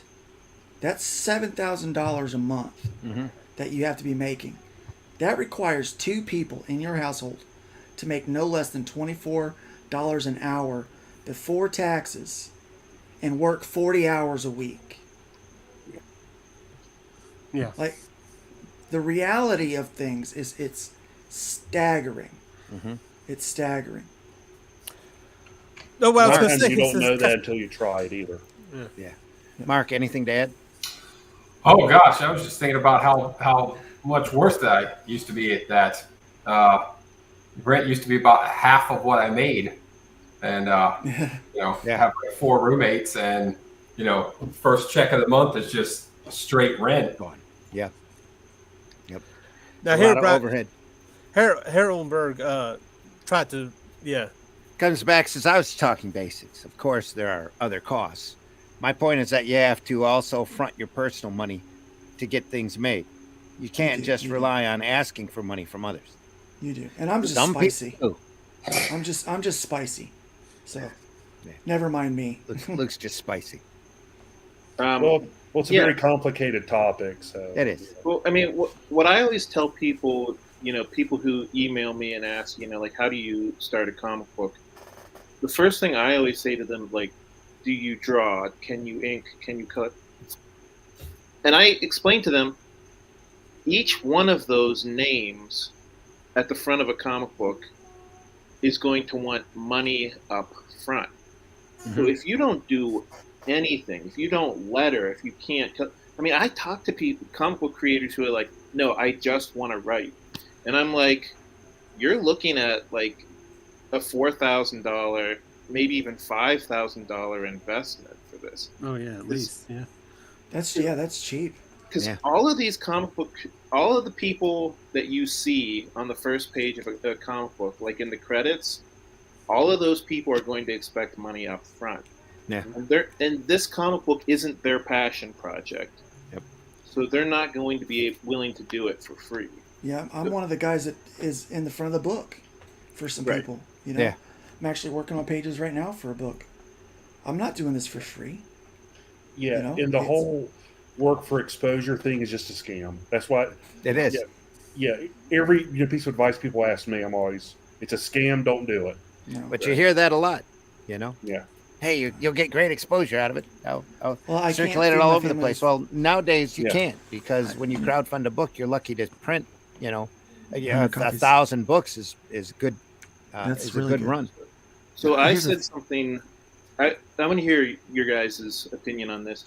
I said something on a show like this one time that got me into hot water, and I want to hear your opinion on this. I once said, like, when doing a anthology, I paid the artist up front because, in my opinion, artists should not work for free. However, I did not pay the writers up front. And that comes down to, I'm sorry, but writing a comic book is not as much work as drawing a comic book. As a guy that does both, I'll tell you, it is not as much work. Right. I would rather write comic books all day long than draw them, because I can write you a comic book in about 2 days. It takes me about a month to draw you one. Yeah. Right, but my point was there were writers who wanted to murder me for saying that. Well, Well, yeah, they're here's the writers. thing. They were writers. It's who owns the IP. Like, I'm not paying Yeah. the guy that owns the IP for the anthology. In fact, when I do an anthology for, like, I'm putting one together called Out of Obscurity for some guys to try to help give them some publishing credits, help get their name out there. I honestly, because they do need to have their work exposed, right? And I'm offering up a lot of my services for free, so Right. that we can do that, right? But I told him, hey, it's like if you want an artist to draw your book, pay him.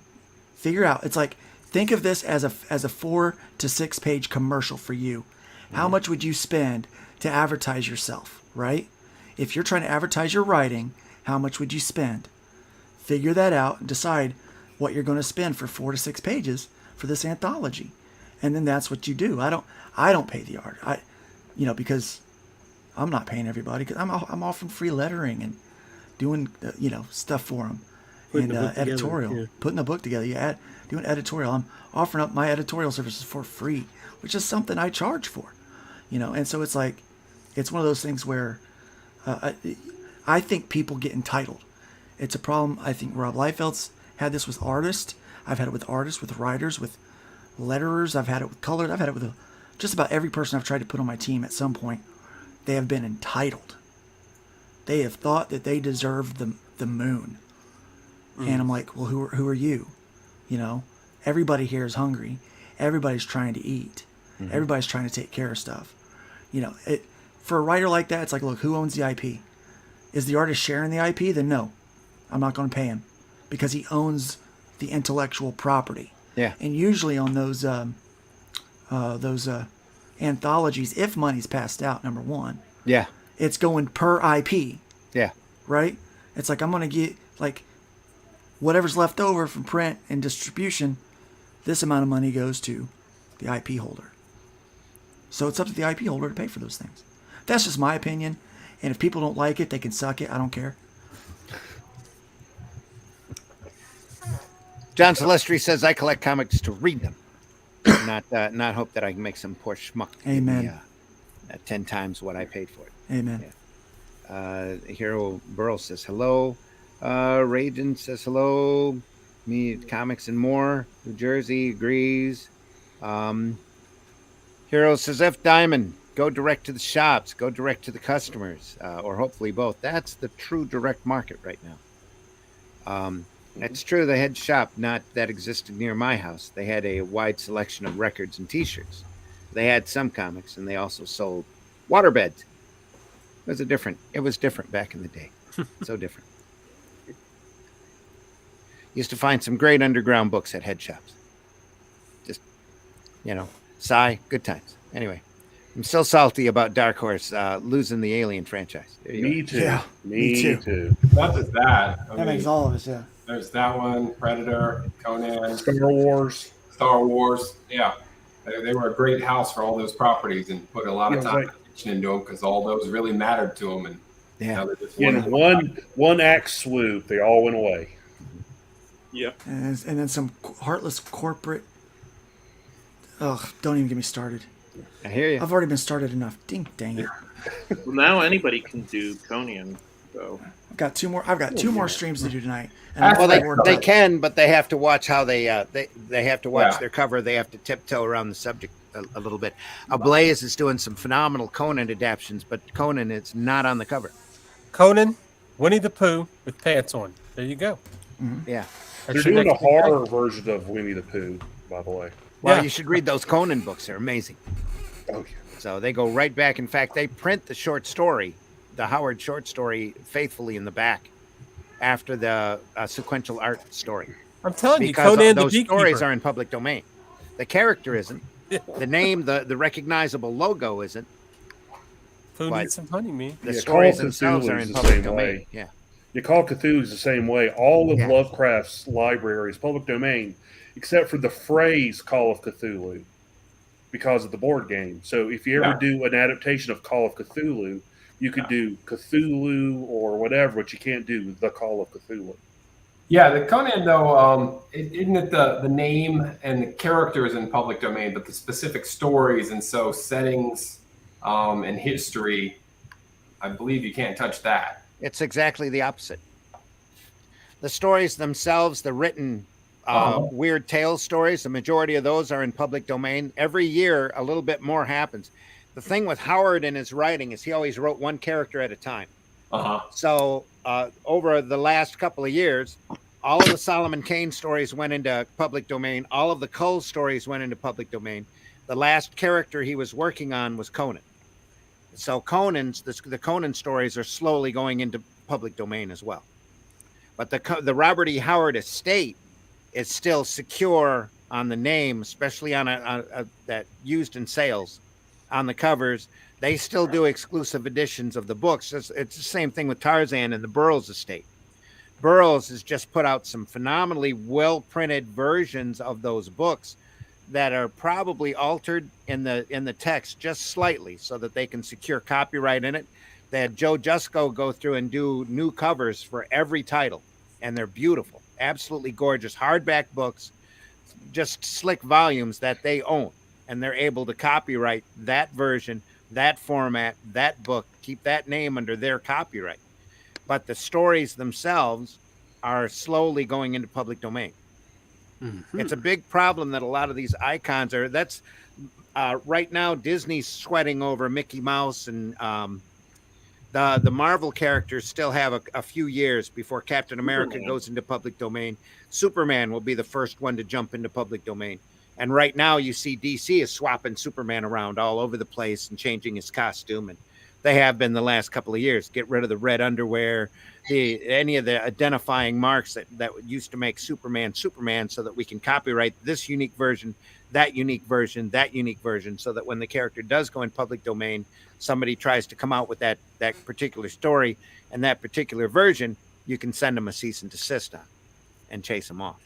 So does that mean that we'll be able to use the red underwear and the red cape, the original Superman? The original Superman eventually, yeah, because that was 36, I think, and right now the date is anything 1927, I think, and before. So within the next decade, Superman's going to. Well, technically, the early Supermans are going to go into public domain. Well, technically, you could do the Max Fleischer version of Superman because that's in the public domain. Technically, but DC will still chase after you if they think that you've made too much money. That's the other thing. You have to remember that Superman was a very different character in the beginning when he was very different. Yep. Yeah. For instance, he couldn't fly. It's just a dude who was super. Right. And you've seen DC come out with some older Golden Age Superman stories, Superman versus the Nazis, that kind of thing, where they've used the old icons, the old look, in order for them to secure that copyright. So you come out something that's relatively close, they feel you've made too much money on, they'll send you a cease and desist. The big problem with that and with all of the public domain stuff is they don't want that line to be court decided. That's why very rarely do you see a public domain challenge go to court. Everybody will settle out of court real quick. They'll pay for licensing or whatever. The company will come to them and say, well, we've seen the Superman reprints you did. You know, we own that license for that. If you pay us $5,000 or whatever, we'll allow you to put our copyright on it. And then we won't worry about it. The last public domain case that I know actually went through the courts was on Sherlock Holmes. And the court set a definite line. The stories before this date are still under copyright. The stories after that date, or the stories before this date are in public domain. The stories after this date are still owned by the Sherlock Holmes estate. So there's key elements in those stories that were used in the later stories that you can't use on public domain Sherlock Holmes. Yeah, it has something to do with his personality. Yeah. Something to do with the war, too, I think. Something around those lines. But, no, I was looking to see Superman is supposed to go into public domain in 2033. Now, Disney originally it was 56 years, and then Disney got it to change it to 75. Yeah, I think Sonny Bono had a lot to do with that as well. Well, because he went through and shuffled the copyright laws before he died. Yeah, well, that makes sense. Because he was securing his music copyrights. Now, if they wanted to lobby for another copyright extension, because it's up next year, their deadline was 2019. Who? Disney. Oh, for what? For Mickey Mouse? Mickey Mouse, yeah. Yeah. I think they're going to let that'll probably end up being one of those decided in court, because they've gone through and done the pie-eyed Mickey within the last 4 or 5 years. They did a whole series of shorts. That's true. Unlike the last 10. Now, they did that in order to secure that look. That's yeah, because that's what Yeah. it is. It's going to be the Steamboat Willie Yeah. Mickey Mouse, and because Yep. Yep. Now you might be able to see some video companies out there sell collections of early Disney cartoons. You see some of that that's been up on YouTube forever that aren't copyright contested because they figure the person's not making enough money off of it to make it worth their while to sue them over.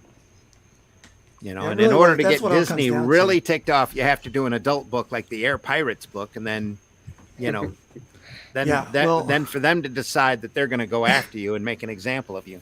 Yeah, And it's they'll like- do Well, it. I think They he didn't- purposely wanted them to go after him too. Yeah, well, he dared him, which is a It was problem. pretty on. Well, the parody was pretty on the nose. Yeah.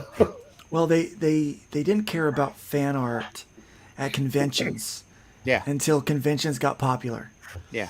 You know, and then they started to care about fan art at conventions. You know, it really is wherever the money's at. That's when they start to care. If Well, they from- say, wait, that's a significant amount. From what I understand, there's a general rule of 500 that you can do 500 or under 500 copies. You can make in their mind under $500. Yeah. That's fan art. That's fan service or whatever. Anything above that, and they decide that you're a business or an industry, and then they'll slam you if they can find you. Calvin peeing on different objects that you see on the back of pickup trucks is a big example of that sticks out in my mind as a copyright infringement that they haven't chased after because they can't find it. Yeah. I mean, at this point, because everybody can make those. I mean, Yeah. so many people have the ability and so many people are doing it. Yep. Man, you're Yes. just, That was So iconic. yeah. Yep. But I mean, Watterson never merchandised No. Calvin and Hobbes anyway. So No, I'm he not- refused. Yeah. He's very touchy about those copyrights even now. He keeps them very, very close. oh yeah. So the only Calvin and Hobbes available in the States are the collected volumes that you see at Barnes and Noble, and that you don't see the syndicated strip here in the States at all, even though over in Europe it's all over the newspapers over there. He's probably still making a living off of the Calvin and Hobbes reprints over in Europe alone from be those so nice. newspapers, because that strip is evergreen. That will forever be Oh fun. yeah. Yeah. You know, and the only way that you can buy it here in the States is in the collections. I tried back when I had my paper. I talked to the syndicate about it, and they said, no, you can't get a hold of that here in the States. Watterson just doesn't let it happen. So, because he wants those books to sell, and he makes his money off of those collected volumes. Yeah, that makes sense. Yeah. And then on top of that, like you said, he doesn't merchandise the characters out at all. Yeah, Not at all. yeah, he's I would very love- very protective. Because there could have been, lots of sales made from Calvin toys, Calvin or Hobbes toys all over the place. And he probably He can knows make it. it He just around. doesn't care. He wants to secure that copyright. Oh, they would have blown Garfield out the water. Oh, yeah. Yeah. Jim Davis, though, that's a whole nother industry. And again, that's back. The Calvin was one of the last strips that you really made a hard living at and became a celebrity when it got out to all of the newspapers. Right. You have a syndicated strip now, you have a very hard time squeaking out a living. The majority of the people doing comic strips now have a side gig, do comics, or do a lot of commercial art jobs on the side in order to get by, and they do it because they love doing it. It's almost turned 180 degrees around. Right. You have to have a strip that's hitting 150 or 200 papers before you can make anything close to a living at it. Looks like our salty artist needs to Yeah. pop out. Yeah, I what changed. now? I changed Oh, my name there. Salty. Luke, Artist. you got to run, Yep. I got to run. I got Mr. another, Salty. another stream coming up, so I get to go be salty. I actually got 2 more streams coming up. It's the it's the campaign circuit, man. It's Luke, time to- promote your stuff. Do you want me to throw a LukeStoneStudios.com in the chat and talk Oh about it yeah, for a yeah. second? I'd appreciate that. Yeah, please head on over to LukeStoneStudios.com. I've got it's not a crowdfund. It's a group buy that you can do. I'm about 2 or 3 backers away from being able to make that happen right now. We need to raise $500. I'm doing that for my own platform. Kind of, you misspelled that, but that's Did I really? yeah. Oh, I put 2 U's in it. Sorry about that, folks. Yep. And I But yeah, normally so can't we'll remove it. Can I remove yeah. it? So we're doing that. Nope. I can put me in timeout though. Yeah, you can. Yeah. So we're doing that over there. yeah, check that out. There's also a link to my Hybrids Killing Fields Part 1 through 3 and a link to sign up for Rift Riders, which is, speaking of public domain, it is a Peter Pan style story where Peter Pan meets Doctor Who with a little bit of Star Trek splashed in. It's a pretty fun little adventure. Looking forward to getting that thing. It's launching on September 2nd. So, yeah, lots of stuff coming out. I'm also working on a book called Chrome Dog. And then, there's a lot of things coming out. So head over to the website, join the mailing list, and I'll be sending out a big newsletter here soon to let everybody know exactly what's going on and what they can be looking for. There's a whole world of things happening. And go over to that Luke with one U, Luke Stone Yeah, Studios. yeah. Just the one U. Yeah, just the one U. No. In Luke. All right, Luke. Thanks a lot See for ya. being I on. appreciate it, guys. Have a good one. Mr. Salty Artist. We'll Yeah. talk to you soon. Nice seeing you guys. Take care. See ya. See ya. See you later. Anybody else need to leave early? Let me know. No? Okay. Yeah, I do like that Cthulhu's been in the public domain because it was never secured. It's been used in a lot of good things where there's movies that aren't Cthulhu, but there's clear elements and it's allowed to survive in horror. And I look forward to all this other stuff being public domain because I don't feel like intellectual stuff like this was ever meant to be what it has become. Yeah. Entertainment was just something people put out. They just Who knew? Nobody knew that there would be billion-dollar movies and all sorts of merchandising. Back when Kirby was creating all this stuff, back during the early 60s days at Marvel, even the 70s when he did all of the Fourth World stuff, when DC yanked the plug on the New Gods, Forever People, and Mr. Miracle, he thought that was it. That was done. He jumped from DC back over to Marvel and started doing Black Panther fighting a giant toad and Captain America fighting a bad guy whose face was in their stomach. Never thought anything would ever come out of it. And look at what's happened to that material today. I mean, it took Kenner, the toy company, looking for action figures to start digging through the DC files and run across the character sheets for the New Gods and Darkseid to go, hey, these characters are really cool looking.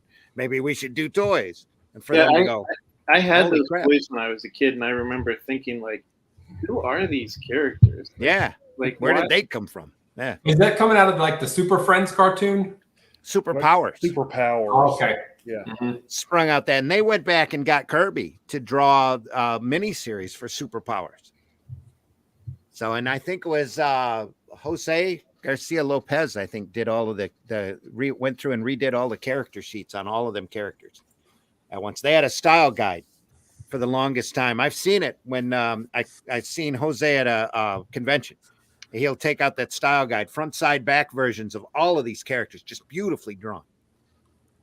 And a lot of iconic imagery that you see in all of the merchandising. Superman flying with a hand up, and different characters in different poses that they use repeatedly in their advertising. And that he got paid quite a large chunk for doing that style guide.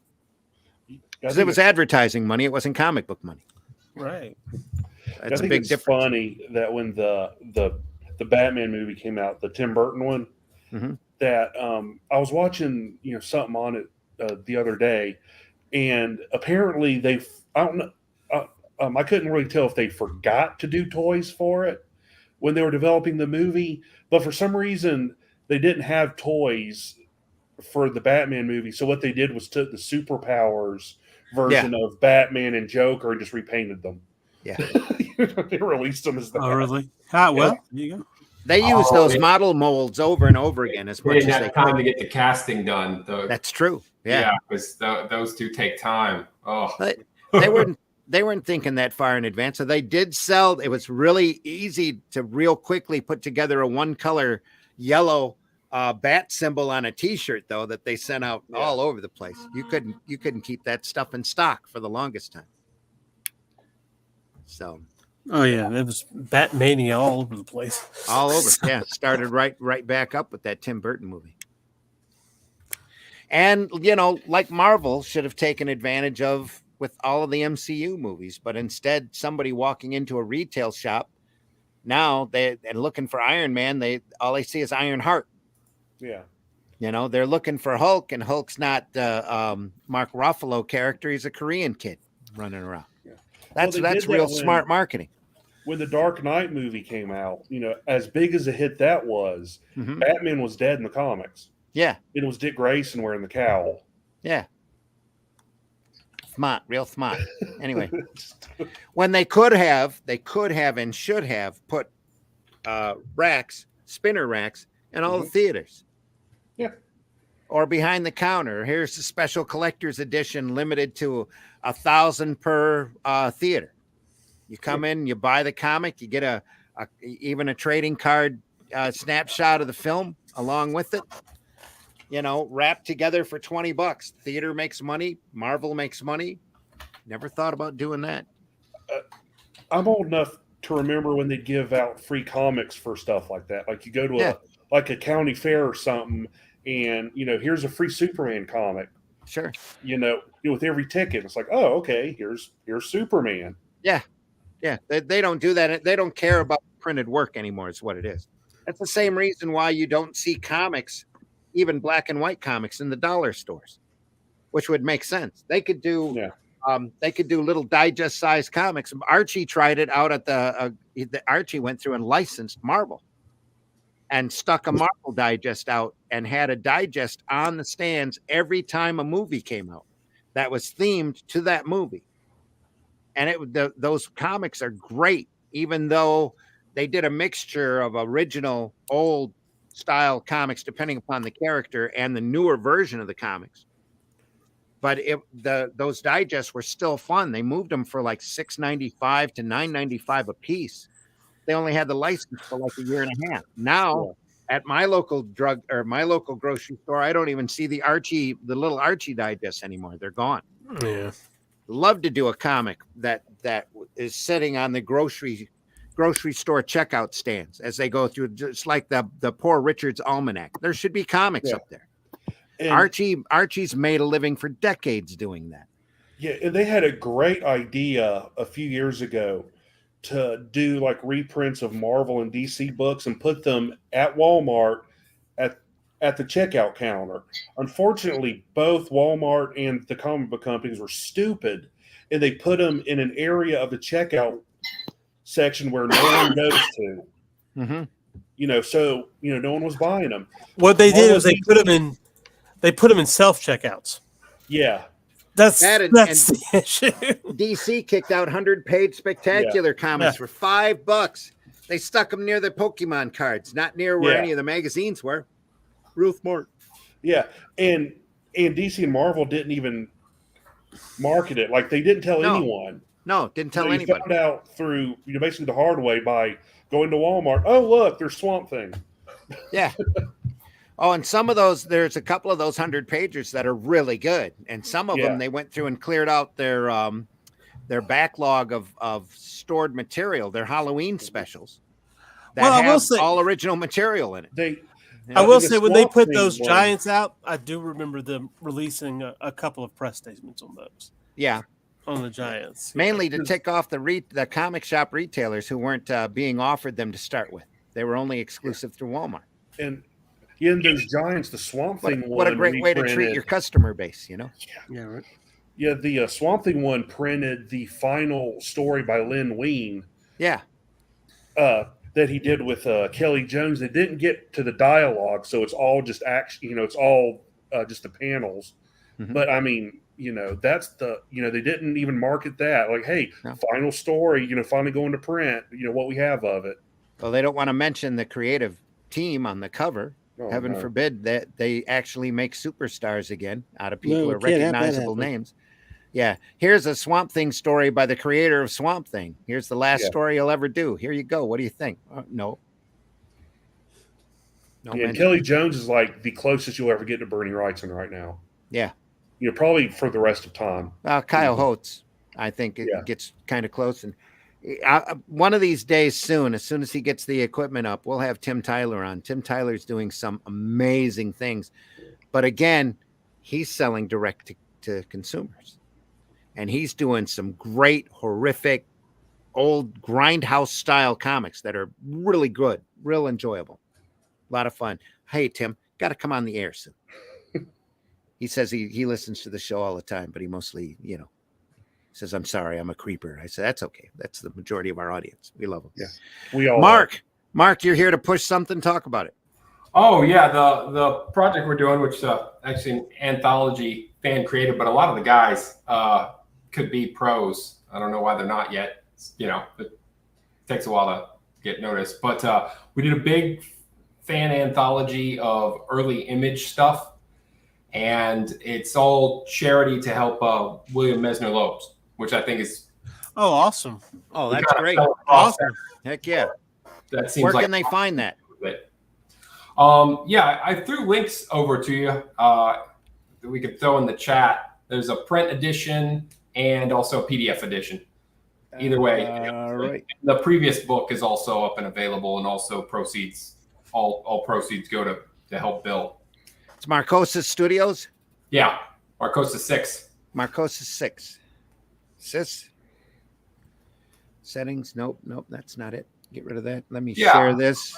It's amazing. I mean, it's a 308-page book, and it's one of the guys. It was fun because I went out and I did a lot of kind of searching, and one guy I found had gotten several of his images he had submitted to Sam Keefe back in the day, and got them on the Max comic when Sam used to print fan art on like the back cover and inside back cover. So this guy had gotten on several of those and then become an art teacher. That Bill wrote that Max comic. Yeah. And so it's really this cool thing that we've got a number of Max stories. So we're going to send him a copy too, just for his own enjoyment to read it. But yeah, the Darkest Image #2. I mean, it's a big book, lots of really great fan work, and pretty excited about it. Yeah, look at that cover. That's awesome. That Spawn cover. Sweet. Yeah.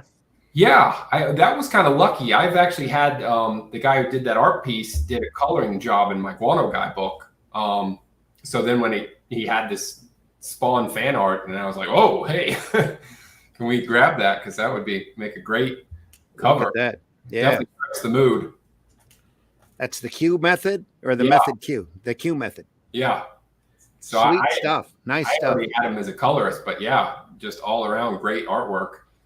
We've got like Savage Dragon, Spec Dragon, She Dragon all appear. A bunch of Max stories, which is nice. Extreme Studios surprisingly got the biggest portion. I think there was about 80 pages of Extreme Studios kind of stuff. Cool. So, yeah, after all these years, so a lot of people love that stuff. We're gonna post that in the comments section here. Well, thank you. Yeah, we're hoping to get eyes on and help raise as much money as possible for Bill. I mean, I think the big thing he's still trying to do is get a new home. Yeah. And I mean, from what I read up, he's doing odds and ends to whatever he can. Yeah. Just to support him and his wife. So that's Darkest Image #2 that benefits charity, or are both of those volumes going to both Bill? of them. The previous one does as well. I threw up one of my Guano Guy books that I'm selling. All the proceeds will go to charity as well, if anybody grabs that one. But yeah, and the previous volume is just under 200 pages. And then Guano Guy. Yeah, I figured I'd throw one of those up there. Just 100% goes to the charity as well. I figured that'd be a nice little way to help out. Yep. $5 for a Guano Guy book. 40-pager too. Pardon? It's a 40-pager. So 40-page. Yeah. Good entertainment. Can't go wrong with that. Darkest Image 1 is $17.50. Darkest Image 2 is $26. Yeah. And there's also a site for the PDF. For the PDFs that are $5 and all. Cover's amazing. Just great. Yep.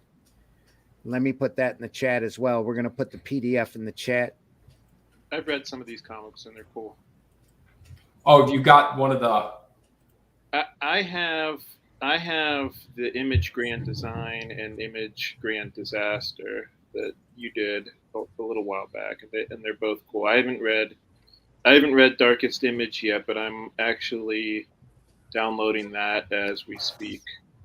Oh, I'm glad you got it. That's awesome. Were you able to get a physical copy of the? I'm just buying the PDF.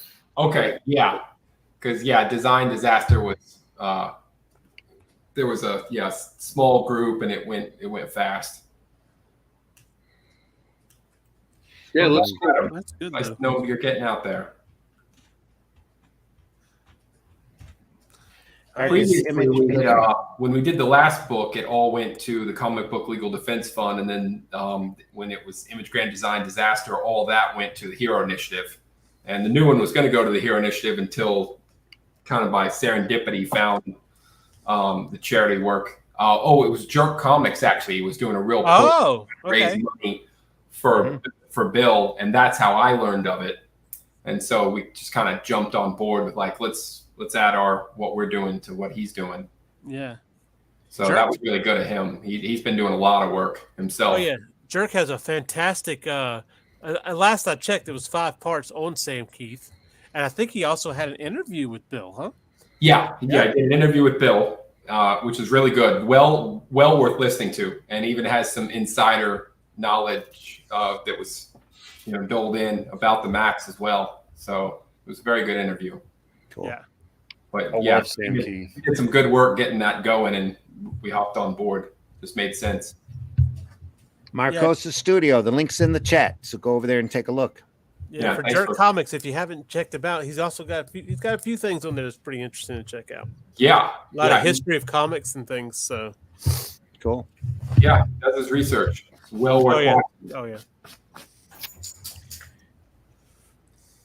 And Mark, where can folks find you? Get a hold of you other than Marcosa's Studios.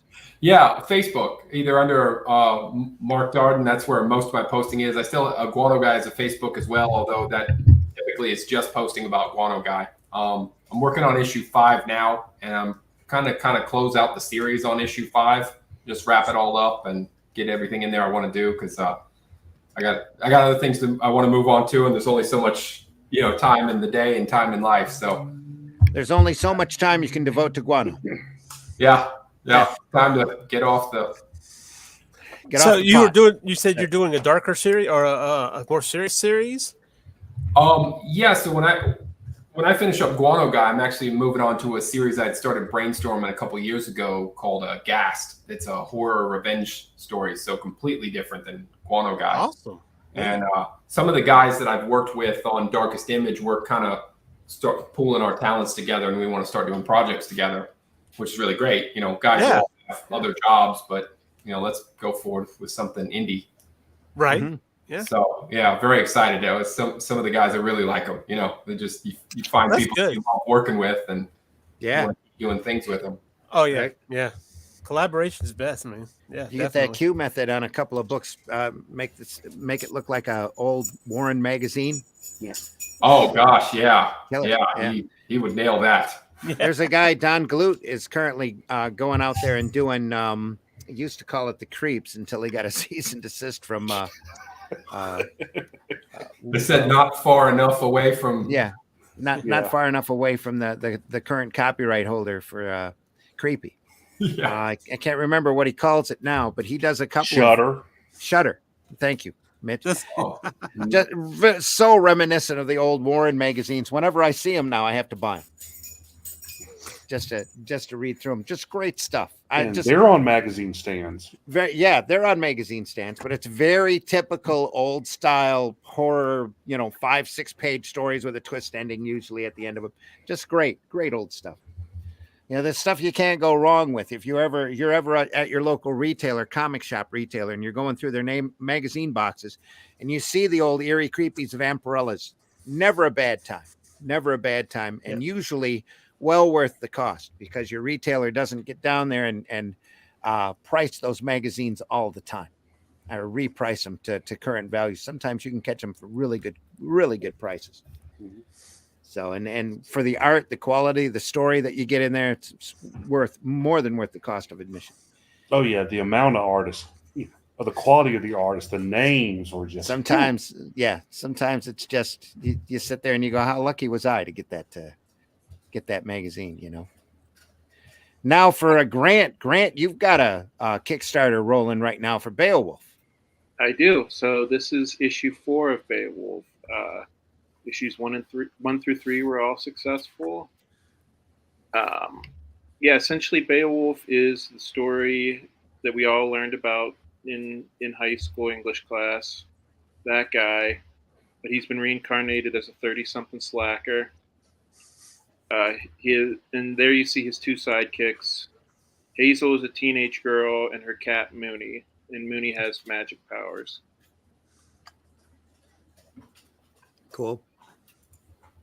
And Yeah, then you're so- offering 1 through 4 here in this campaign.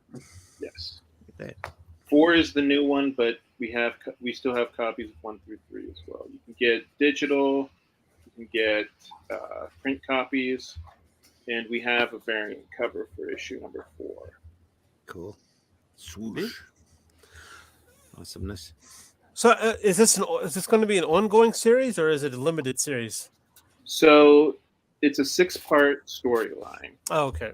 So the storyline is going to end after issue 6, but I'm sure the story is going to continue in some way. I don't know how, but it's going to continue. Yeah, as long as you can get the 6 out, right? Right. Great Yeah. cover there. And, I mean, That's a you know nice number cover. 4, which is fantastic. Yeah. A lot of people can't even get to 2, so that goes. That's a Yeah, I hear you. Get 1 out. Yeah, right. Yeah, that's true Right. too. Yeah. So true. I like the smile on that dragon right there. It's pretty That's a cool good looking. cover. The other one's awesome as well. This one here, just a great look. Thanks. It's just cool. Yeah. That is Beowulf 1 through 4 over on Kickstarter right now. Grant Lankard. Here's the writer. Dragon Slayer from Myth reincarnated as a 30-something slacker. His sidekicks are a magical cat and a 13-year-old girl. So, what gave you the idea to kind of have a reincarnated Beowulf? What was the genesis? It was an idea that I had when I was a teenager. My parents had one of those Time Life like fairy tale books, and I learned about Beowulf from reading that. And I remember thinking, hey, this kind of sounds like it could be a character in a comic book. Yeah. So I started making my own comic books. Unfortunately, I can't find any of those comic books from when I was a teenager, but I do have other comic books that I made as a teenager. So, recently I decided, you know what, I want to see if I can get back into making comic books. And I just dusted off that old Beowulf idea that I had. Sweet. You a big fantasy person, or is it just one of the many genres you like to play around in? I mean, I like a lot of different genres, but yeah, I would say fantasy is probably one of my favorite.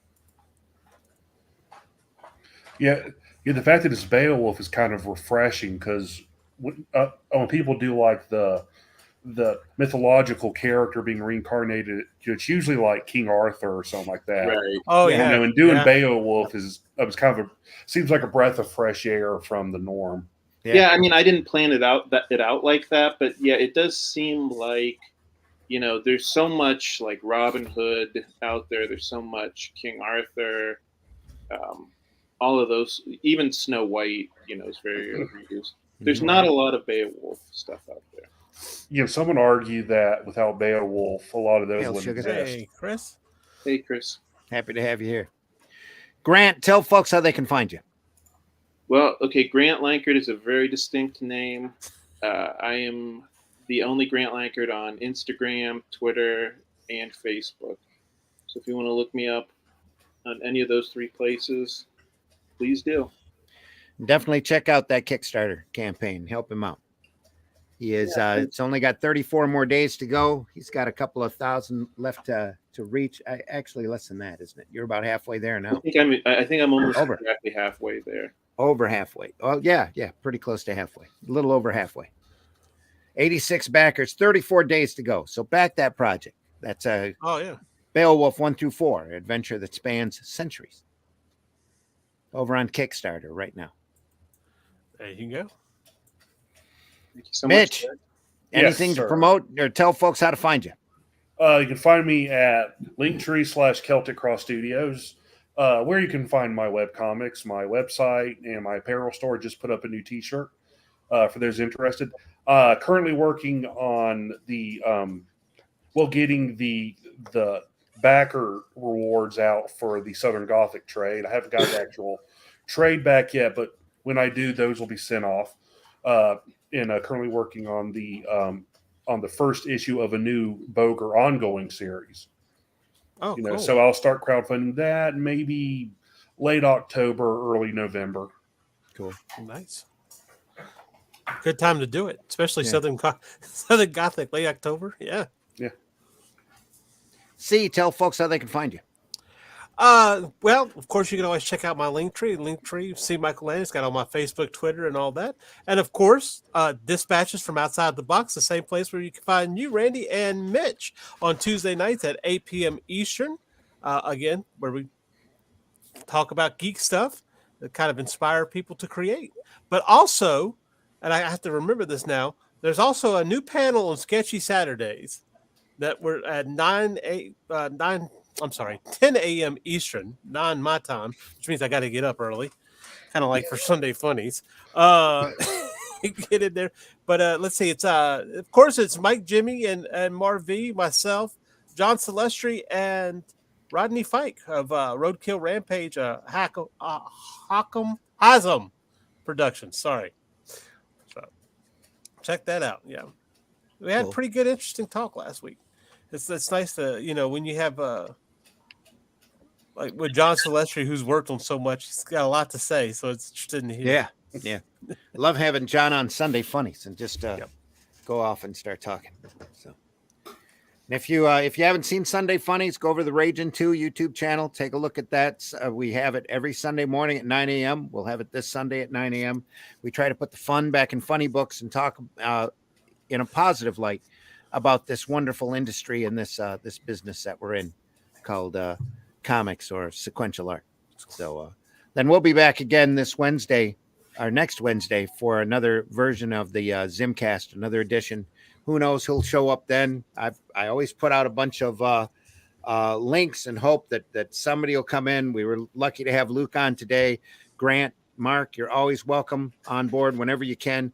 C is here most of the time. Mitch is here most of the time. So come back and visit us again on Wednesday at 8 p.m., usually 8 to 10 every Wednesday. So for the ZimmCast. So thanks a lot, guys, for being on. Deeply appreciate you. Thanks for having me on.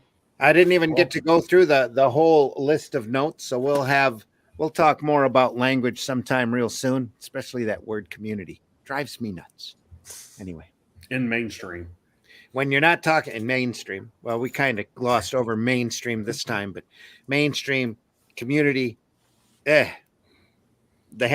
mainstream hasn't been mainstream for a long time, and that's not a community, folks. It's a clique. You guys are all out there talking, well, we're in the art community or whatever. No, you're a clique. You're a clique. Get out of your cliques.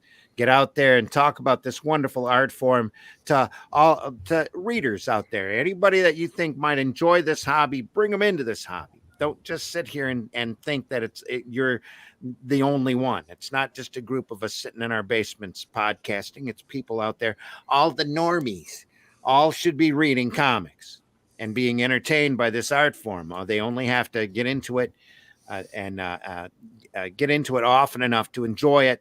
Then it becomes a regular habit. Then that's why we used to all care about New Comic Wednesdays. We used to all run to the retail shops. Some folks still do, looking for the new comics from Diamond. It used to be a really big thing way back when. We're scouring our mailboxes now almost every day, every week. As soon as anybody that these campaigns that are transparent enough to tell you when the stuff starts shipping, you start watching your mailbox every day. I know that copy of Roach Balls is coming. I know it's coming, Rich. I can't wait to read it. So get it in my mailbox as fast as you can. Couldn't wait to read Demon Bitch. Couldn't wait. Had to pick that up. Had to get it. So there's a lot of campaigns out there that are worth your time. So go out there and snoop around and see. And if you know somebody that might like a product that maybe you don't, tell them about it. Go out there and say, hey, I don't collect Garbage Pail Kids, but I seen that Roach Balls book, and I know you're going to love it. So you need to go over there and buy that book.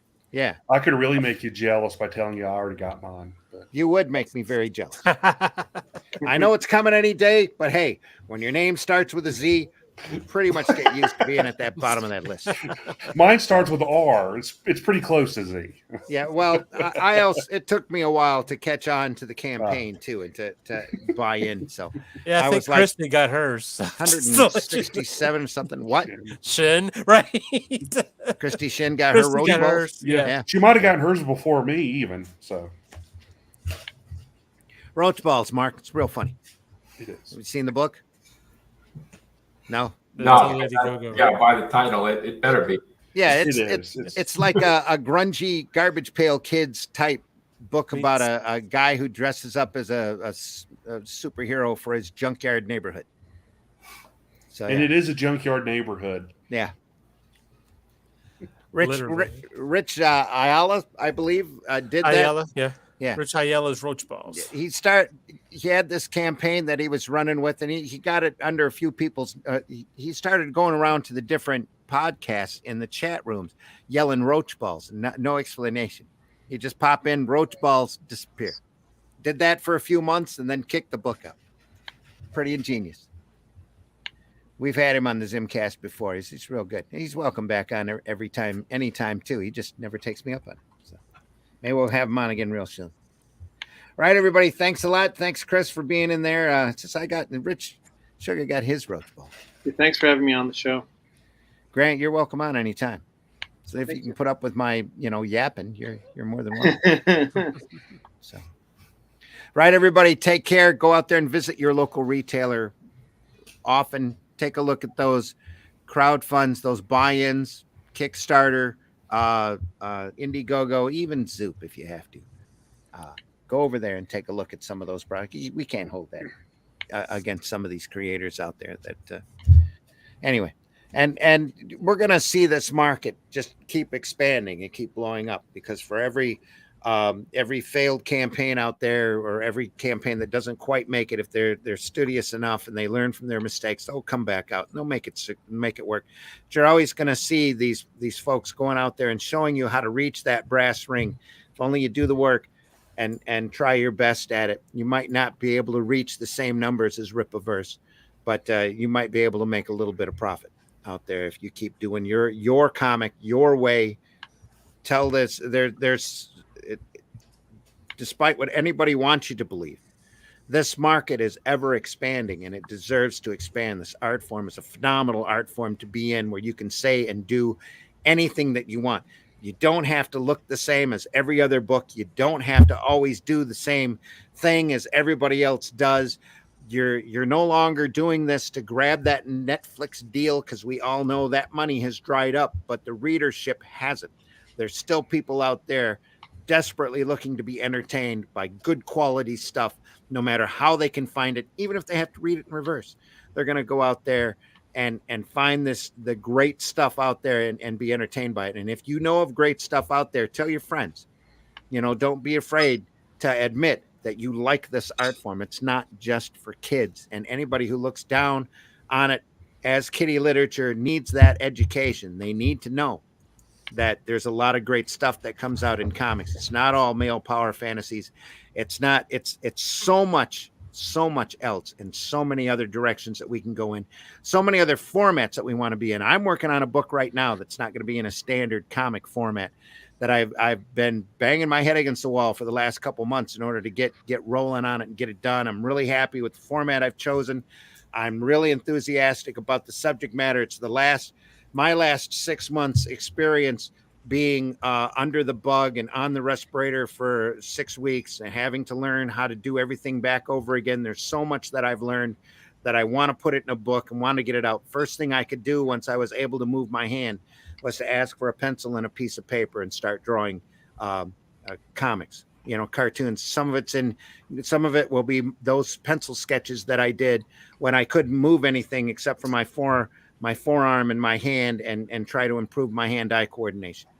But it's an experience that I want to tell people about, that I hope nobody has to have again, or have to go through. Thank goodness this virus seems to be watering down and going away. So everybody, thanks again for listening. Love you all. Any last words from anybody?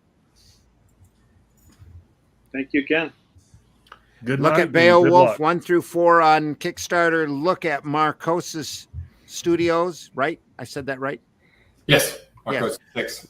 Look for those Dark Image books, especially number 2. Help Bill out. Bill was the first one to professionally print my work in the back of Journey from Aardvark Vanaheim, and I'll always owe a big debt of gratitude for Bill. Him and Nadine were kind of my mentors coming up and learning how to do this wonderful art form that we do now.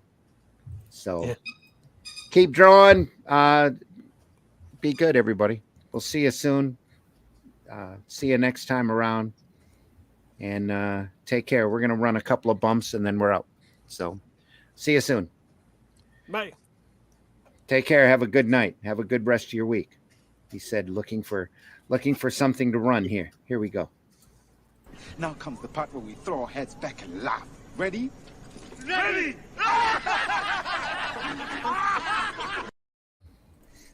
Do you draw the Flintstones naked?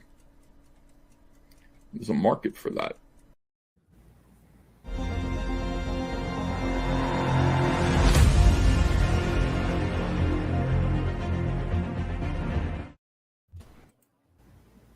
Come on. Can you hammer a 6-inch spike through a board with your penis?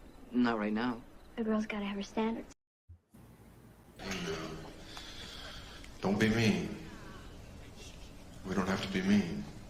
Because, remember, no matter where you go, there you are.